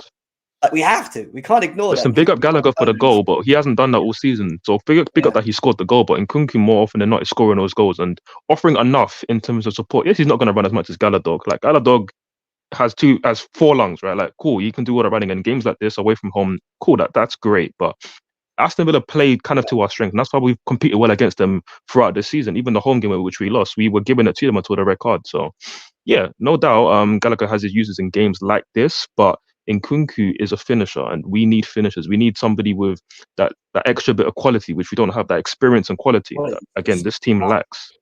Even when he got the ball, when he cut it back to Caicedo without looking, like he's just so calm on the ball. That one touch from like a Petrovic long ball that went into the sky, like, and then he brought it down was crazy. I was like, huh? I was like, Jesus, like he's just. If you get him up and running, he's fit and he's happy and he's feeling good in his body and he's ready. You get him in that team. You have to get him in that team. 100%. He will score goals. That will be the difference. And Nkunku goals, yeah. Do you know what I mean? He has that experience. Yeah, sure. Nkunku's nasty, man. No, that touch that he took to take down the ball like that. Everyone, all you heard is the crowd. Everyone's going, "Oh!" Yeah, even Villa fans were like, "What was that?" Like that was amazing. That's like Zidane. That's like a Zidane touch. You remember Zidane used to they cross the ball from off of volleys. Yeah, I need to watch it again. Zidane would just bring it down. Saw it when he brought it down. Oh my goodness! Yeah, but I replayed that like 5 times, bro. Yeah, and I need to watch it again. I saw when he did it, but like it was he just finished. It was quick. It was quick. Oh, and by the way, Josh, thanks for bringing up the heat maps. I didn't even actually check the heat maps yesterday, and this illustrates exactly what I'm saying. That Caicedo was more solo 6 in that game, and Enzo was more of an attacking 8 on the left. He's always going to be deeper. He's always going to be deeper. Whatever we do, it's not. Yeah. So then it wasn't really a double pivot then, though, right? It was a single pivot with 2 8s, right? That's what I'm saying. No. Okay. It definitely wasn't. It wasn't a 4-3-3 like that. Nah, it's nowhere near a 4-3-3. It was a 4-2-3-1 in build-up, and then a 4-4-2 in defense. A 4-4-3 in what? Sorry, in build-up. 4-4-2, 4-4-3 don't exist. 4-4-2 in what? 4-4-2 when we were defending, and 4-2-3-1 in build-up. And you're saying you disagree with this? But the heat, if someone's got a heat map, send me. I want to see this heat map. I actually want to. I mean, I think it's clear that Caicedo's always going to be not always, but he's most likely going to be the deepest, and more often than not, he's the deepest. Of course, I think everybody recognizes that. It's just that Enzo was picking up more positions. That doesn't mean that he's playing that doesn't mean that he's playing as a lone 6 because Enzo was near enough to him, bro. More Bears, bro. That's why I was so happy. No. I'm not disagreeing with that. I'm saying that what I saw was the midfield 3 was more tight. There's spaces that were closer, but that's all we're really saying, to be honest. Ideally, that's fine then. But that doesn't. Okay, all right. Where is it? I'm gonna leave it alone. I'm gonna leave it alone. I'm gonna send it now. Let me see how I copy it. Hold on. I don't think he did. I think what you get mixed up on here, in my opinion, is that when he had the ball and he moved forward from phase 2 into phase 3, he was running through to the left-hand side where he'd link with Jackson and play Jackson through further up the pitch. But that was when he was on the break with the ball. What we're talking about is a bit of both. Off the ball, but also on the ball, he was closer in the earlier phases to Caicedo. He was in the 10 role next to Gallagher up the pitch where Caicedo turned round 3 minutes. And there's no one there. And that was happening a lot in previous games. Like in the middle third, like Caicedo will pick up the ball and like he wouldn't be having to look for Enzo. Like Enzo will be coming to try and look for him to like show that I want the ball. I agree with that. I agree with that. 100% agree with that. He wasn't having to have to look for him. He was basically coming deeper to get on the ball. So like giving him an option to pass it to. He wasn't just like camped out like, you know, near the 18 or something like that. That's 100% fact. Yeah, and that's the point that I'm trying to certainly get across is that like in previous games you would see it where Caicedo pick it up and then Enzo's like between the lines and kind of stuck there, not really looking to drop. And I'm like, Enzo, your game is meant to be there, and clearly that's a tactical decision of the manager. So obviously look more like that. He just wanted to always kind of like show, which is again what Enzo should be doing. That's what he should be doing. Obviously, final third, you have license to crash the box, sometimes overlap if you want, link with the forwards, and even get into shooting positions, which he did. So that's great. Like Enzo is an all-round midfielder. He should be doing that. But obviously, in the middle third, give Caicedo that option always. Like that's what should always be the case. Yeah. The reason. Sorry, I'm gonna have to bounce because I'm gonna finish this video because I think that a lot of what I'm saying is gonna be perfectly illustrated from video. You guys will see exactly what I'm talking about. You'll see exactly what I'm talking about. How many times this happened where Caicedo would drop into the back line and orchestrate our first phase build up. And then as we moved up to the pitch, you see Enzo attacking the 18-yard box, making the runs, sometimes being the most advanced attacker. I'm just saying that happened more often than you guys think. Okay, but that's what he does. That's what he does. That's what Enzo does. So what changed then? And a 4-2-3-1. Enzo. This is what I'm saying. Enzo helps him. Like Jem has already said, Enzo initially needs to help with the build-up, because Caicedo, like I said, if he's being pressed by a team like a Liverpool, whatever, he will struggle. Yesterday, we had more control because Enzo was closer to him. But Enzo doesn't just help him there and then just stay there. Enzo always helps him. He secures the ball. He makes sure there's a tactical tweak for sure. And then he runs away. And then he goes away. That's what we need to do. Right, but what's been happening is hold on, bro. What's been happening is Enzo has been further up and not helping Caicedo in build up, and it has not been effective enough because Enzo is there to progress the ball from A to B. But when we've got the ball securely, Enzo will always progress further up, and that's when we go into a 4-3-3. But initially we're in a 4-2-3-1, and then we go into a 4-3-3, bro. That's what happens. Yeah. No, we transition into it. Say that again. Say that again, bro. We mainly build in a. Yesterday we was mainly building in a 4-2-3-1, right? In a 4-2-3-1 yesterday. That's what was mainly building in. And then we'll progressing into a 4-3-3. That's what we was doing majority of the game yesterday. You might be able to. Hold on, coach. You might be able to. Let me finish. But you know what I'm going to say. I'm going to tell you what I'm going to say. I'm going to show you in many instances, many cases where we built out the back with Caicedo in the back line. So our first phase buildup was 4-3-3. Okay, that's all I'm saying. I'm gonna let you guys go. I'm gonna finish this video and then I'll just post it to you guys. All right. I don't get where he's going with it, Couch. Do I get what you're saying, and I agree with all what you say, but you're not. You're just dismissing everything. You just said it was 4-2-3-1. You just said it was 4-2-3-1. That was the main shape and was building, bro. That was the main shape. The main shape was a 4-2-3-1 and shifted to a 4-3-3 depending on what the build-up was and how the press of Aston Villa responded. That's the reality. Okay. All we're saying is that Enzo's position, rather than it being strictly as an 8 in phase 1, right. When Caicedo drops in deep to receive the ball from the defense, Enzo's position isn't of that strict 8 role, which we've seen under Wolves Liverpool. It's in more of a closer role to Caicedo. So he's dropped they're closer. They're closer to each other. Caicedo can receive the ball. That's all we're saying. So he's closer. Okay. So they're not like this. They're more like this. So instead of like 10 to 15 yards, instead of like 10 to 15, like this. So instead of but were they ever in a double pivot? Is what I'm asking you. Are they in a double pivot? But you're just now you're being disingenuous. No, I'm just asking you. Because you're being disingenuous. I'm asking you. You are. I'm asking you what you saw. Is it a double pivot or not? It was closer to a 4-2-3-1 than a 4-3-3. If that's Okay, what you want to alright, get. okay, That's what you want to get. It was a Because hybrid system, if it we're was being completely honest here. Yeah, It was it in was a between the hybrid. Again, 4-3-3 that's and a how like a lot of teams play. Like, 4-2-3-1. there's a But lot of like, let's teams that we, not. but Yeah. like Oh, no part of doubt, this no conversation, doubt. there's like a lot of teams that we would suggest play a 4-2-3-1. You can even say like an Arsenal, Man City, like at times play a 4-2-3-1. But in actually, like let's I say was when just it was, let's speaking say of last first season with phase, no Arsenal, doubt. like Partey like is always going to be the deeper one than when it was Yeah. Xhaka, right? But like you would still say that they're kind of like a 4-2-3-1 in a sense. But of course, that there's always that midfielder who's naturally the deeper one. And obviously for us, that was Caicedo. And obviously at times, like Couch is saying, he would drop between the centre backs and even be like part of a back three at times in the build up. That doesn't mean we were always building with a back three. It just means that there's flexibility there. That's all it really Hey, means. I And was of course, I think giving everybody credit to would agree. Poch. Yeah, no, I think everybody would obviously agree that there was just that a bit more flexibility there. Enzo would obviously spend more time collecting the ball off of Caicedo, which is obviously what we all want to see. So I think that's more of the case. Again, it's kind of semantics on between is it a 4-2-3-1, 4-3-3. I think that's just really semantics to be honest. Yeah, Well, literally, yeah, that's what it semantics, is. of That's what it course. is. What Couch is saying, right, is I actually agree with many parts of it. Did Caicedo drop into the middle of the centre backs to receive the ball and the full? Yeah, absolutely. Yes, 100%. But what he keeps ignoring is that Enzo's positioning wasn't as of what we've seen in the past couple of games where he was a further 8, strictly from when we grew up from phase 1.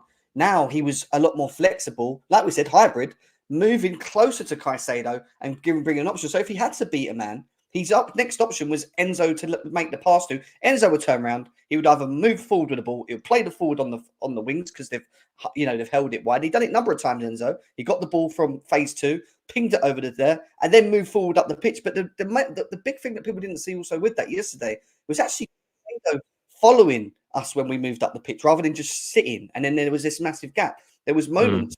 Enzo and Gallagher went forward and we were pressing and it was out on the wings. Caicedo was actually there with them in a line. It wasn't like he was interplaying and moving up the pitch. They're doing more of this together. I'm not saying they're like this strictly, like, come on, we're kissing each other throughout the game. That's not the point what we're trying to get at. It's more of that they're going like this up the pitch together, if that makes sense, rather than that. And then they're working as a pivot. They're literally working as a pivot. They're working as a duel. They're working as a pivot. That is a 4-2-3-1. Just understanding Caicedo's the game picking. Yes, going like I don't know. Because just my last thing that I want to say on it, because I feel like eventually we're gonna have to move on from this because there's other things to talk about. But like ultimately, and I think David said it off the top, is that like Enzo was having more touches, and that's just the bottom line. We want Enzo to have more touches because he's our best player. He's the brain of the team, and he should have more touches. And that's pretty much just it. Yeah, that's just pretty much it. I feel like I didn't see the stats on it, but obviously I watched the game in full, like on replay. Like I could replay it. I saw Enzo have so many touches. I'm thinking, okay, I'm sure his average this game for touches was more than the touches he had this game was more than the average for the season. I'm very sure of that. So that's positive, and hopefully we continue to see that. Oh right, okay. I'm gonna have a look at this heat map quickly. Because I'm looking at the heat map as well. What does that? Because my thing is with this heat map, right? Like, I think we're having a small, like nuanced argument. We're trying to argue whether you considered it a pivot or a single pivot, and the reality is, it was both, man. Like you would have Caicedo sitting in the back, but the difference in this is the shape of the midfield and how we reacted to pressure, the press, and interplay. When we had interplay, that's where I truly thought it was a 4-2-3-1, because instead of Caicedo sitting back more in the midfield, you would see Caicedo pressing up forward, interplaying in between Enzo and Gallagher, and it looked like Enzo and Caicedo were in a pivot. That's why a lot of people are saying a 4-2-3-1. Where I hear Couch, though, is that in reality, it's just the spacing, and that goes down to Poch making a tactical tweak. So ultimately, we just all agree. But it kind of just sounded like Couch was dismissing all our points, basically. But listen. Molly, it hasn't changed. That's what he's saying. No. It's exactly the same as Wolves, exactly the same as Liverpool. How we played yesterday, the same formation as what we played. And I disagree, unfortunately. We have not controlled games, bro. We have not controlled games. Even off the ball, we've been shocking because the structure has been shit. It's been shit. It's no surprise we controlled that game 1-90. It's no surprise that these lot were off the ball. They were switched on, like even the wingers, because the instructions yesterday were very clear. Right. But I've been saying for weeks, Jem, if you overcomplicate things with young players, they're gonna be confused, bro.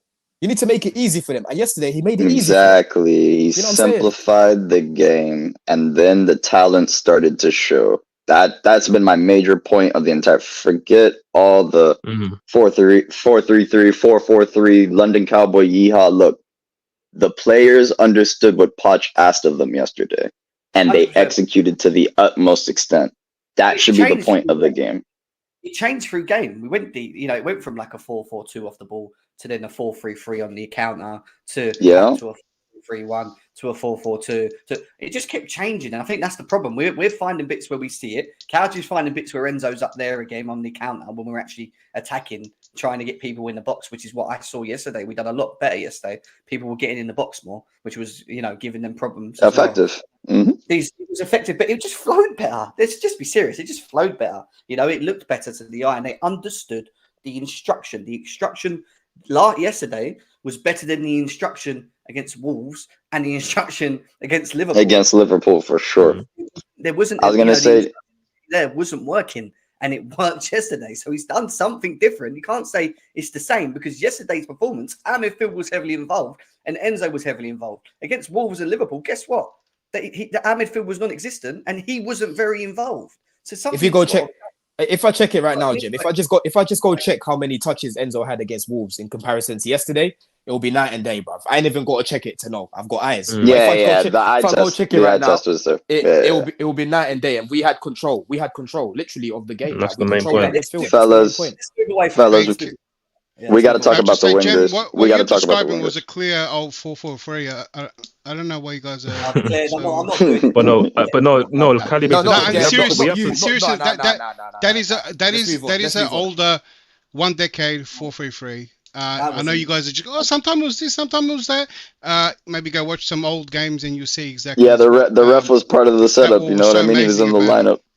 I don't get how you guys have not seen how we played with Gallagher and Enzo in the past games and then compare it to exactly the same as what you saw yesterday. Oh, I saw it. That's why I disagree. The irony of it is, Jeb, the irony of it is this 4-3-3 that you're talking about. This 4-3. The irony of it is, Jim, every single game where we haven't had control of the ball is where we've been playing a 4-3-3, where literally Enzo Caicedo has been by himself further up the pitch. Yesterday, when he was dropping deep, he was almost right next to Disasi and Badiashile, right? That's not a clear 4-3-3. You can see there that he was trying to build from the back, and Enzo was closer. That was a 4-2-3-1. They were playing as a pivot, as a couple over there, right? The games where we haven't had control has been a clear 4-3-3 because when you look at the starting positions Enzo and Gallagher take up, they're further away from Caicedo. Yesterday they weren't, bro. So you can't try and change it now and say that's a 4-3-3. Like it was a blend of both. Let's move on, man. We need to talk about the wingers. You know why it's such a debate? Hold on, why it's such a debate is that 4-3-3, there was many forms of it. That's why you start to see it was very fluent. That's why you start to say, oh, well, it was something like this, something like that. Do you know, it wasn't so structured, and that's what, and it came from it was Dutch football, so that's why it was so fluent. That's why until Mourinho brought in the 4-2-3-1, and that's why it did so well, which that countered that. That's why that's why it's such a debate on what it was. We're so used to structure that you guys forgot how the old 4-3-3, and there was many forms of it, right? Used to be many forms. But that was clearly what you're basically saying is there's other formations. It's not there's many forms of a 4-3-3. There's many other formations, right? What I'm actually trying to what you're saying. That's basically what. What I'm actually trying to say. What I'm actually trying to say is that people had different roles on priority or who goes up or who goes up. If it's 5 in attack, it was why you guys are complaining on formation. It was individual roles in the midfield. Right? Who goes up with who stays back when he goes up, who covers for who, and it was a bit more individual. But that's nuance. That's what we're saying. That's why you guys that's why you guys there is no proper number. That's why you guys are debating, right? No, the only other crazy thing is wait, listen. Obviously, the player just came in now, in it. So obviously, like he was hearing us have the conversation, but obviously we had the conversation for like a good 45 minutes. Like you said, Kelly, you want to talk about the wingers. Yeah, I want to talk about the best. I want to talk about for me the best left winger at the club right now, and that's Nicholas Jackson, right? And listen, yes, sir. Gem's favorite player, of course, right? We can obviously see he isn't a natural striker, but to be fair, did score a header, a well-placed header. I think our team works best when he's left wing. Simple as that. I think obviously naturally we want to move to a lineup where Nkunku's our striker and we have Nico Structure. When they obviously combine, but again, Nico being the left winger works good because he has the work rate to work off the ball. Again, like Couch was even mentioned earlier, filling at times even at left back for Chilwell, having that tactical understanding to do that. Holds up the ball well. Again, it's not grenade ball like we were seeing with Chilwell and Raz, where the left wing in back-to-back games against Poole and Wolves was shocking. That was shocking grenade football. With Nicholas Jackson, there's better ball retention. He's great. He's better at riding challenges. The decision making in the final third is good. It can be better, but it is good. But it also did lead to our first goal where he drove up the left, got into none, who cut it back to Gallagher. Good finish. And again, for all the talk of the midfield, it doesn't really matter because we've seen us have good midfield performances before in the season, but the final third just isn't clinical, and we then lose the game. So ultimately, you have to big up the attack for actually putting the ball in the back of the net. Jackson was a big part of that, and for me, I want to see him continue to start games at left wing. Raz, you can hold bench. Modric, you can get sold in the summer for me, and that's it. You know what I talk about as well. 1,000%. I want to talk about Jim, real quick, bro. I want to talk about the other side, bro. The right wing. My boy Madueke. My boy Noni, because last season, bro, I tweeted I've got a lot of time for Madueke, because this is a type of winger that I grew up on. A winger that's direct, a winger that likes to take on his man. And one of the main things I spoke about last season with him was that one-on-one, bro, he's dangerous, but his end product has not been good enough. And obviously he's young, it's going to improve.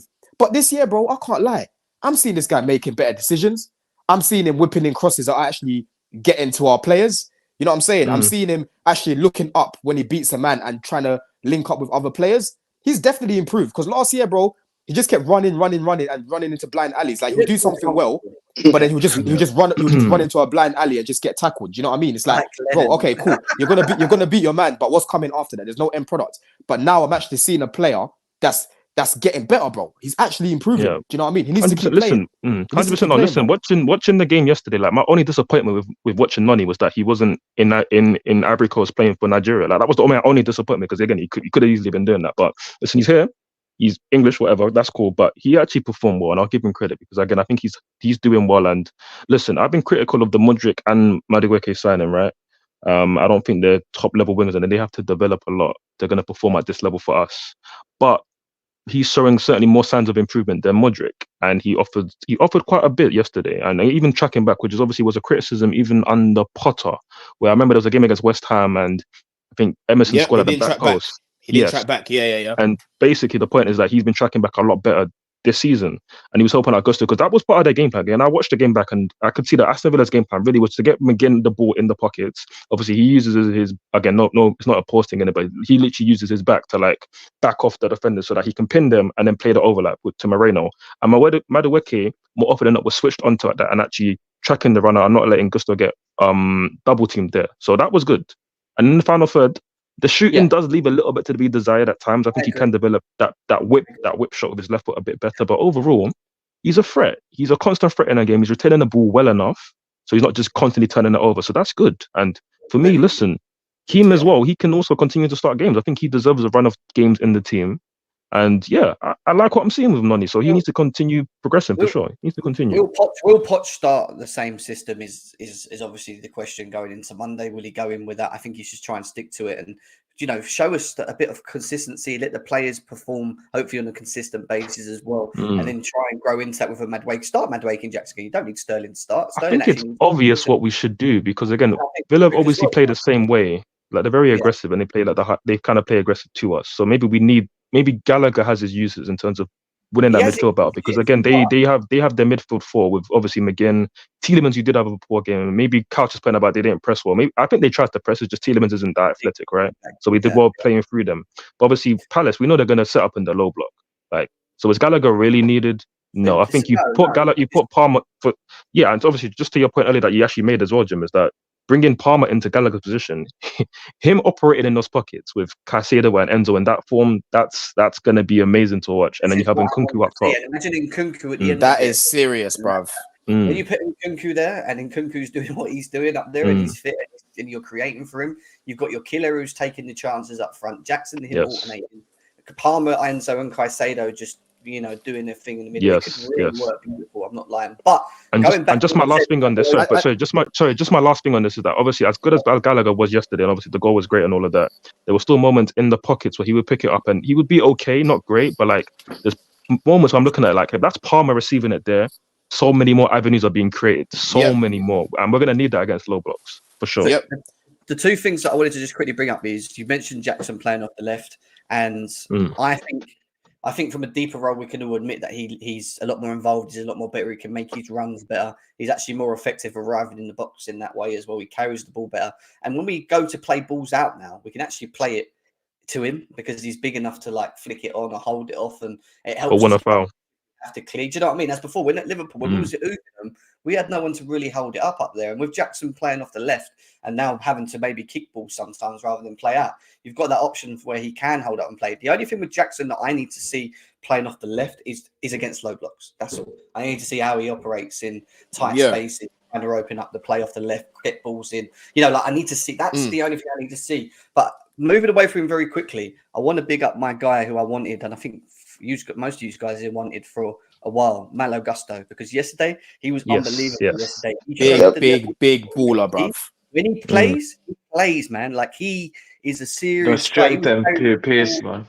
Strength, pace. You know, he at one point they had a corner. He wins the ball, and he's got, I think, what's his name on him? One of the centre backs, and he's just holding. And he pushed him off. Oh yeah, it's when we were transitioning into attack. Yeah, it's the Paris. It's the Paris. He did it twice, you know. One by the. I'm saying it's the one Paris, by the manager side and one on the left. You see them French guys that come from the hood, Jeb. This is how they bang ball, you know. This guy used to play. I know this guy used to play football in cage, bruv. I know that, bruv. That's how he plays. Malo Gusto, when you look at his performance yesterday, and look, we can't forget the Wolves. He was poor against Wolves. I think he could even probably tell you himself that he needs to sort that out. He can't perform like that. But when he performs, we are a better team off the right because what he does so well, not only defensively do I think he's actually very good, he's reading the game better, is what I've noticed. So he's getting up the pitch at the right times. He's supporting Madueke, making the overruns and stuff. And like he's crossed yesterday, and I always criticize him about his crossing because I think his crossing's a little bit poor to his standing. I think, look, well, he's still young, he can work on that. But yesterday, he's crossing to Jackson was pinpoint, and all day he for me in his own way. I know he's not a leader, but he plays with that. Like he can, you know, get the team going. Do you know what I mean? He plays with fire. He leads by example. He leads by example.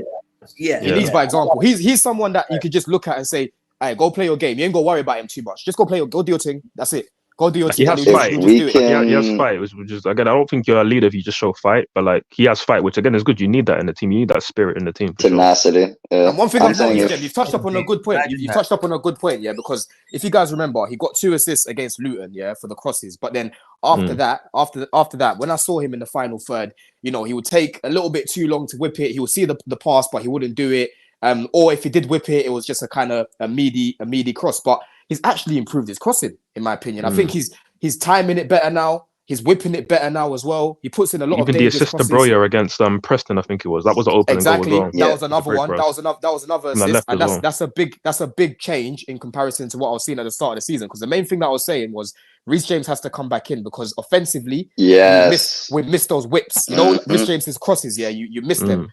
But that's the little thing that I was speaking about with Gusto. But now, bro, the guy seemed. I'm not going over the top here, but his crossing's improving week by week. Do you know what I mean? When every time I see him crossing it in now, it's getting better. So listen, 20 years old, man. We paid what 30 million for this guy? What a crazy man! Having James is crazy. And he's done a lot compared to what I know I shouldn't compare, but like he's doing quite a bit compared to what James was doing around his age. He's got a very high ceiling, Gusto has. And for me, listen, I feel like I think that's our best left back at the club for me. I feel like once James comes back in, you have to put him there because we spent like 120 million on Cucurella and Chilwell combined, and it's not good enough. Between the both of them is poor. For me, I feel like at that point, you trust one of the younger guys, and obviously we had Lewis Hall and Maatsen, who I think you could have trusted with more minutes. Both of them weren't trusted. It is what it is. But now people are saying, "Oh no, let's go spend another 50 million on a new left back," and I'm like, we could do that, but I don't. Like it's just a lot of money to invest on one position. Where for me, Malo Gusto is so good that even if James comes back, it's kind of hard to see him be dropped. But you just move him to the left, and off the left, you can see that he can work. He can absolutely work off the left. To me, it's like we don't have to overload James. You know what I mean? We could balance it out with Malo Gusto and Reece James. You know? Yeah, for sure. Yeah, this is very true. The ones that have actually been some of our best players. I have a feeling we might see one game where James plays as the right centre back and then him as the right back. Yeah, I mean, It's been so long since I've seen James right center back.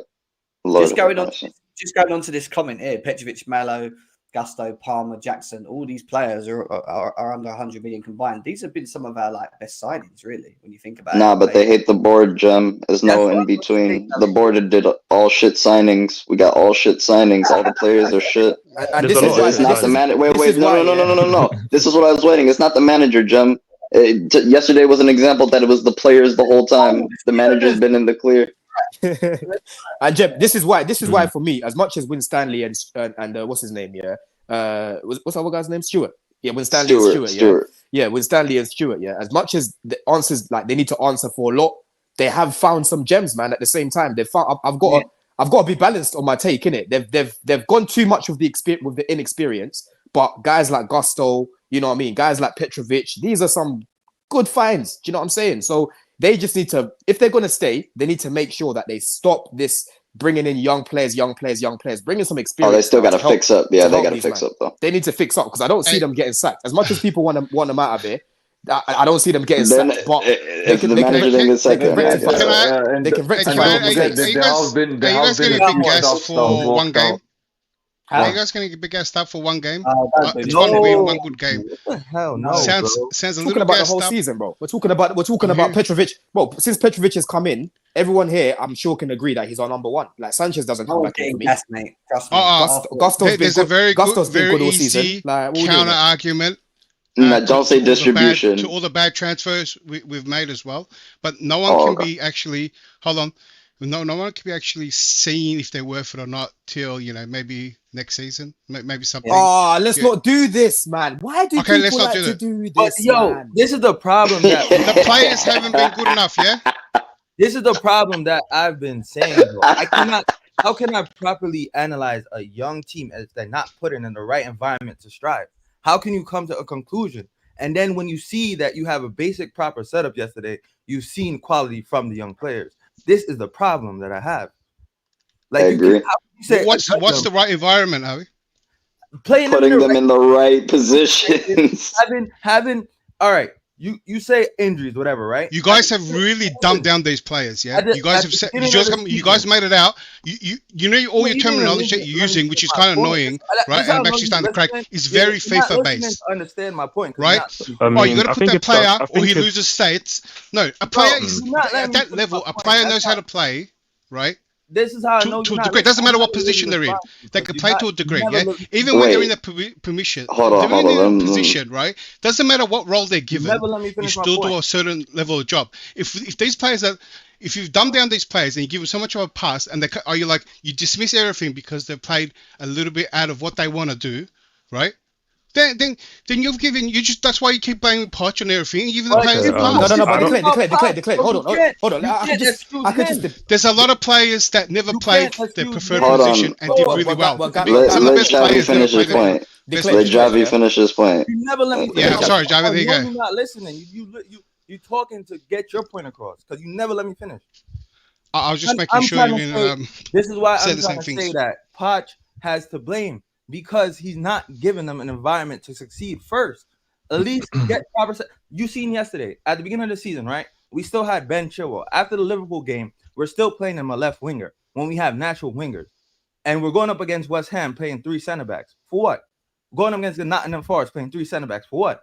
Give us more options overlapping and having wingers. It's simple changes like that he's shown in this game, having players more connected, forming partnerships. Oh, like basic shit, having our midfield connected, having our left winger combined with our left back, having our right winger combined with our left back. You've seen that. Then if Poch does the basic stuff right, then you can come to a conclusion on these players. But you can't say young players who have no experience navigating a tough situation like this. You're automatically saying, yeah, they're at fault. There's the blame. If Poch is giving them proper setup and they're doing what they need to do, then the board doesn't get that much blame. The board is getting this much blame because Poch is not doing what he needs to do. And the main reason why this board is getting fucked up because it's saying 2 managers in a row. This is the big thing because we got Potter and now we're getting it wrong with Poch. So Poch, we can't just let Poch off the hook. And Shavi, let me add to your point as well. Let me add to your point. Hold on. But you also proves my point that how much you dump the players down there. If the players play Why is it if they play left wing and do the overlap? Declared, you can't put a left back and striker. Declared, you can't put a left back and striker. It doesn't work. Let me just you can put a defender in any position in the back line. You can put them in it. What I'm saying that it doesn't. If you don't play your preferred role in your talent, no, but you've kind of really dumbed it down. You've actually made $100 million player.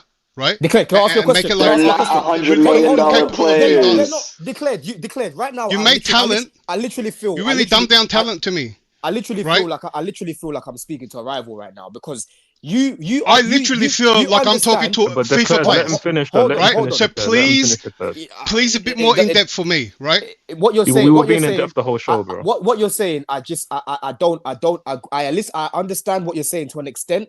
But in this context that we're in right now, like Javi just said, with the young players that we've got, everyone can see that our team is the youngest team in the league. That's number one. Yeah, we haven't even got a foundation as of yet, right? This isn't like Man City where you're putting in a few young players in positions that they're not used to in a team that's already got a structure, like an Arsenal, like a Man City, like a Liverpool. Yeah. That's completely different. Yeah. That's when you can do that, right? But in a team that is young, with hardly any experience in there, and you're starting from scratch, you can't make it harder for you're making it harder for these guys by playing them out of position. Yes, I agree. Footballers, whatever, at this level should be able to do a different role here and there, whatever. But unfortunately, not every single player. Not in this modern era. Not every single player is as versatile as you want them to be, right? Ideally, in an ideal world, I would love for Levi Colwill to be able to play at left back and be able to do a good job, a good job like Gusto does at fullback. I would love that, but in reality, that is not the case. These are young players, right? They need to learn their trade in their favorite position, in their best position for now, right? When you start to bring in more experience and you've actually got a system, then you can start to tweak things a little bit if needs be, because they understand the fundamentals and they've already got relationships built. But when you're trying to build relationships, how are you trying to make it hard for them? How? Yeah, basic chemistry is not established first, bro. Can I come in? That's a very. I got a few points. Let me come in before you're taking away the context, bro. You're taking away the context. I agree with majority of what you said there. Right. The only thing that you got the other way around is that the older players get stuck in their ways. They're the players that once they're used to something, they're hard. These younger players, right? They're the ones that can be fluid and versatile, and they're the ones hungry. They should be hungry, and I've said this many times, to take that position. You guys mentioned Gusto, a very good example of someone that's taking that position, and we're not even thinking about Reece James anymore, right? I need that from more players, and the ones that didn't even cost that much, right? To fight for more. They're the ones that you're not catering for them for the position. You guys said you want a style of play, right? But we got all these different players that weren't picked for a style of play. They have to get better. Like I was about to say, get better, not get better, but they have to position themselves, right, and fight and play that role. There's a lot of players have done that in the past. If there's a role up for grabs, learn that role. Improve in that role and play it. So we play as a team. You want a style of play? When you want a style of play, right? Not everyone plays their favorite position, right? Some of the best players get to do what they want, right? But there's a lot of players that didn't. Hold on, wait, and look in the past. You can go back in the past. I don't even know every what Chelsea you're saying, team. I can't even lie. I don't even know. Nah, I got you. Declared. Look. I'm gonna simplify this. I'm gonna simplify this really quickly. Declared is essentially saying, you're on the player agenda side, right? That is the players that are not performing to the standard that it's up to them to adapt and deal with the adversity. Just yes or no really quick before I reply. That's what you're saying, Declared? Somewhat, yeah. Oh, okay. So here's my thing, right? You say somewhat. So I'm going to say somewhat. So somewhat, if that is the case, here is my case. If I am a 20-year-old footballer, right? I am in the hardest league in the world.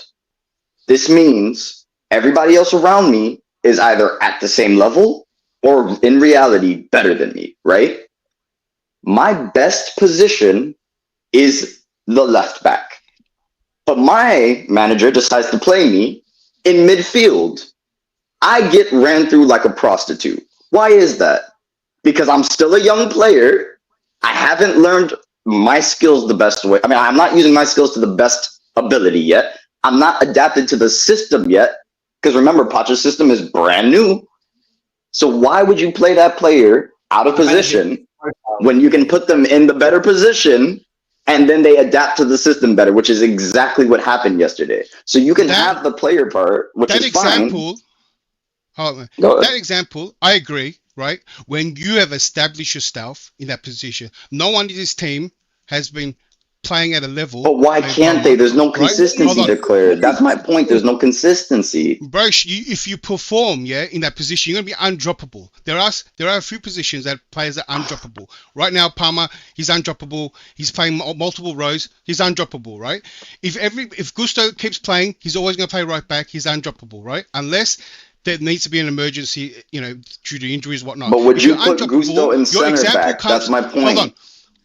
What happens is, and what you've seen in many teams, and many Chelsea teams, is that you got 5 players, 7 players, undroppable, and they play their best position. Everyone else has to lift up, like Moses had to play right wing back, stuff like that, right? That's not his best role. But you want to be in the team. Nah, that's different. No, we gotta move on. That's different. This is where you've done yourself, because basically what you're arguing right now is the point that I made initially. Like a Man City that have a blend of inexperience and a blend of young players. Like when Rico Lewis came into the team last season, they had him playing at fullback, and then he was inverting into the midfield, right? But you could see that this was a young player that's still learning his way. But guess what? He had experienced guys around him to help him, right? When he was making mistakes. And the system that was there for a while. Exactly. And the system was already built. So it was easier for him to get away with playing in a role that he's not that comfortable in, if that makes sense, right? But you're basically trying to say it doesn't matter that these guys are all an average age of 22. Yeah, it doesn't matter that some of these guys have never played in the Prem before. It doesn't matter that we're basically playing with a whole brand new team. They should just be able to just come in and perform because they're playing at this level. It doesn't work like that. I'm sorry, it does not work like that.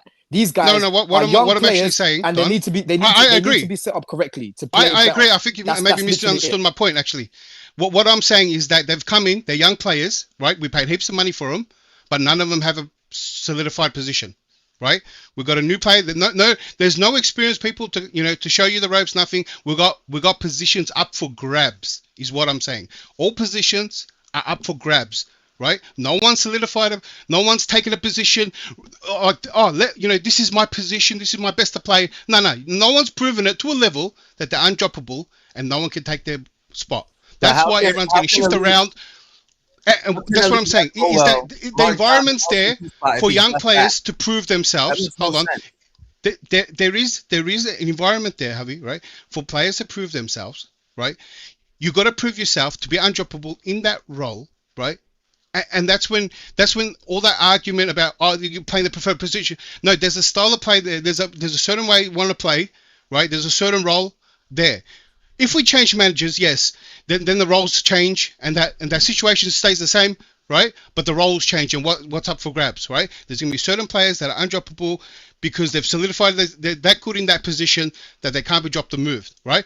Everyone else has to fill in, right? Because this team wasn't bought for a certain way of playing.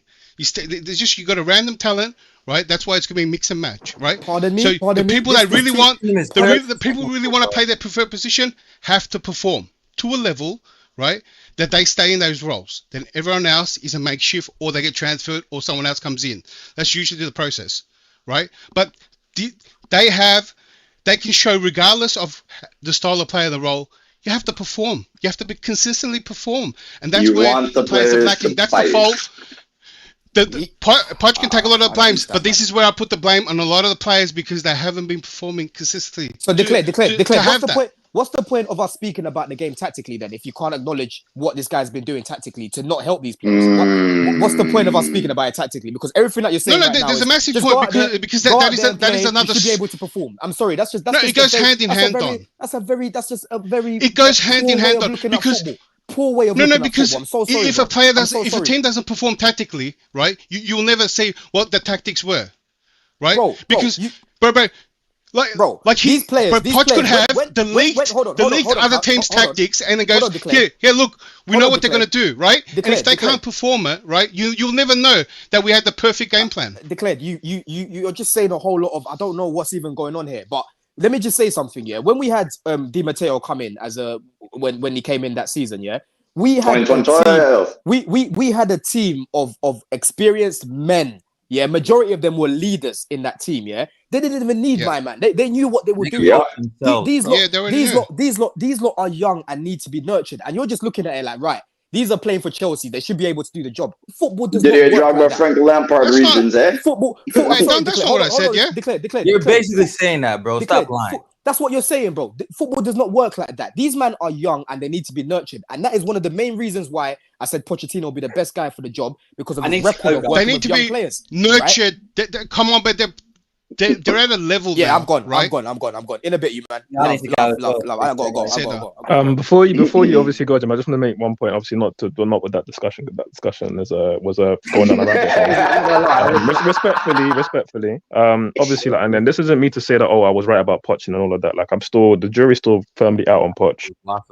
My only thing was obviously why I wanted him to give at least one more game after the Wolves debacle was that again that obviously created crisis talks. We could obviously see that between obviously Poch and the players, obviously the board, like there were so many conversations to be had, and I'm sure they're backing Poch. I feel like there isn't that much pressure on his job, but certainly when the whole country is talking about, are you good enough for this club and all of this, like there's pressure that mounts from that.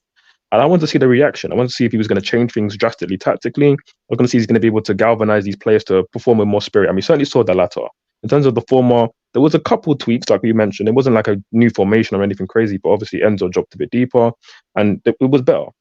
And that's what we saw. It was better. Poch got more out of the players, and it was a good response from the players. We saw, obviously, were clearly emotionally charged to perform. Like, we saw it with Enzo's celebration. We saw it just in general. Like, there was a lot riding on this game for the players. Yeah. What's now is key is if Poch can keep that motivation going into the following games, because I'm sure the shape will probably stay the same, or at least be similar. Ultimately just gonna see if Poch game by game can keep these players playing at that intensity and with that urgency, because we weren't seeing that in a lot of games recently. And that's as much as players weren't performing. Yeah. Sorry, you go. No, I was just to say, finish off, mate. Go on, finish off. Yeah, I mean, it's just that. Like, again, Poch just needs to be able to build that. Like, he needs to be able to get that on a weekly basis and get the players playing with that fire, because we see other coaches do that with players. Again, not to harp on too much. My point earlier with that, the player that all these guys were making, like, clearly we're having nuanced discussions. We're not just looking at it like a FIFA kind of thing where, why can't he play in that position? Or chemistry, has he got a 33 chemistry and all this nonsense? No, we weren't doing that. We were having very nuanced discussions. But the point is that can the manager coach not just the system, but also coach them as men, as young men, but as men in playing in the Premier League to perform at their best level? Can he keep them motivated? And then also in games, can he change it, whether we're subs or just tactically? Can he get them to improve in a game and manage it? Well, that's all we're saying. You look at what we got going. Can I add, Jen, to that? Go on, Jen. I said, this is why you can't just let Poch get off the hook with just doing the bit, like not even doing the bare minimum. Pressure, I don't care what anybody says, pressure had a big part to why we played the way we played. 100%. 100. Because he knew he was under pressure to get a result. He had to make sure he was locked in, and he had to translate to his players. Everybody was feeling the pressure from us from the top down. They knew this was a big game. They knew it was going to go. If this went left, it was going to go all the way left. So just like a player, if you don't have that competition and you know you can't be replaced, like you know you're not going to replace, there's naturally going to be complacency there. Nobody's upholding you to a standard that you have to perform at. Poch have to hold him to a bare minimum standard for him to perform at. We can't let him off the hook. And this is what I've been saying all season. He can't just like people just saying, "Oh, you guys can't stomach a rebuild." That's not true. We can't stomach the bare minimum. If we see that the basics are there, I'm sure fans will not be complaining. If they're fighting like that, if they're staying to connect. Sorry, Jim. Yeah.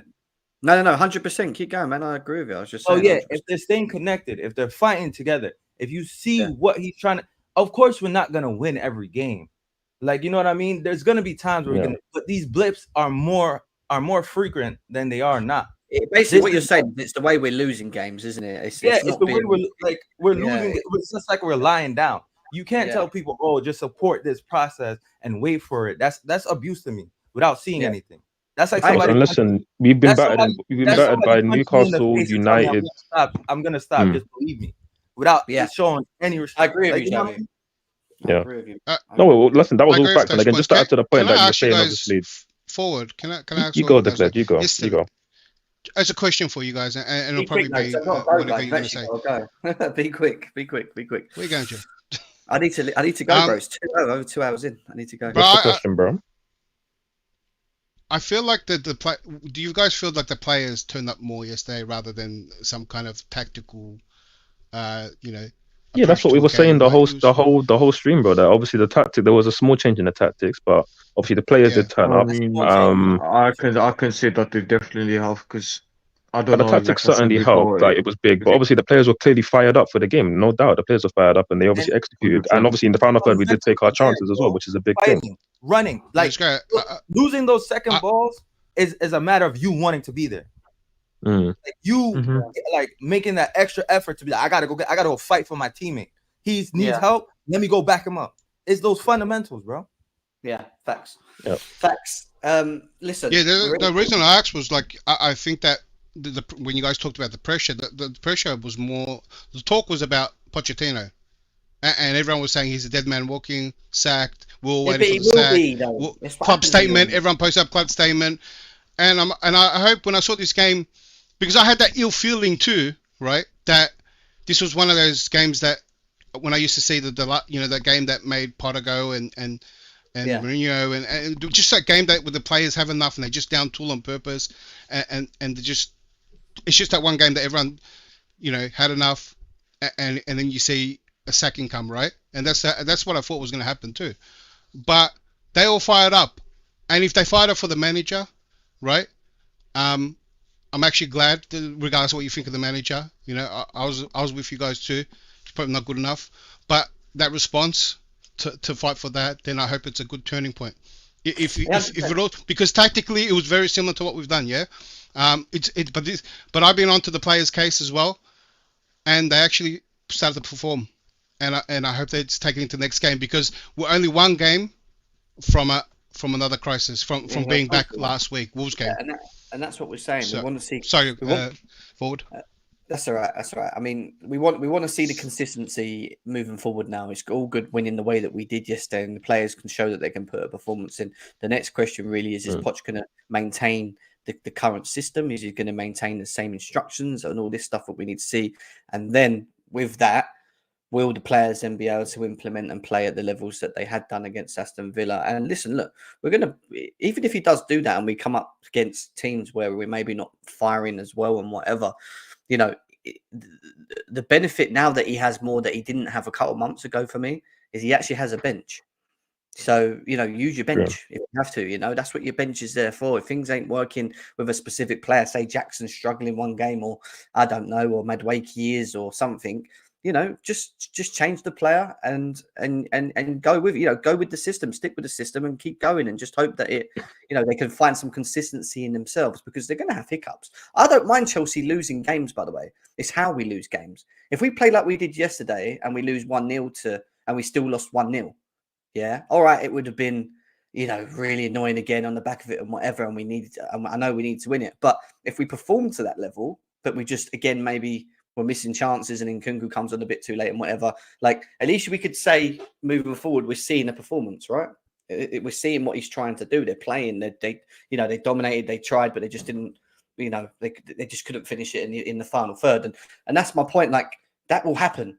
But now we've got Nkunku back, we have to find a way to fit him in the team for me, so that when we have them moments where that happens, we at least have a killer on the pitch that will, in my opinion, will take one or two of the chances that will land in front of him a lot more frequent than what we've seen in the past. And that's going to be the big difference. But we're at quarterfinals against Leeds.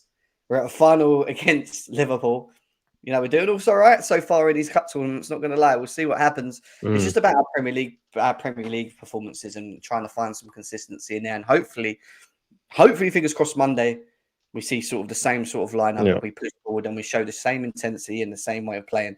And we'll probably do like a match preview or something for that, maybe. Yeah, listen, big up Jim, obviously, for the consistent shows. Obviously, we're giving the guys 2 hours. So big up everybody in the chat. Obviously, make sure you drop a like on all of that.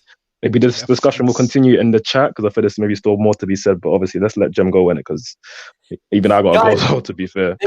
Yeah. See you later on. I'll be back again very, very soon. Leave us a comment in the boxes below. Peace out, guys. Peace out. Love, man. Love.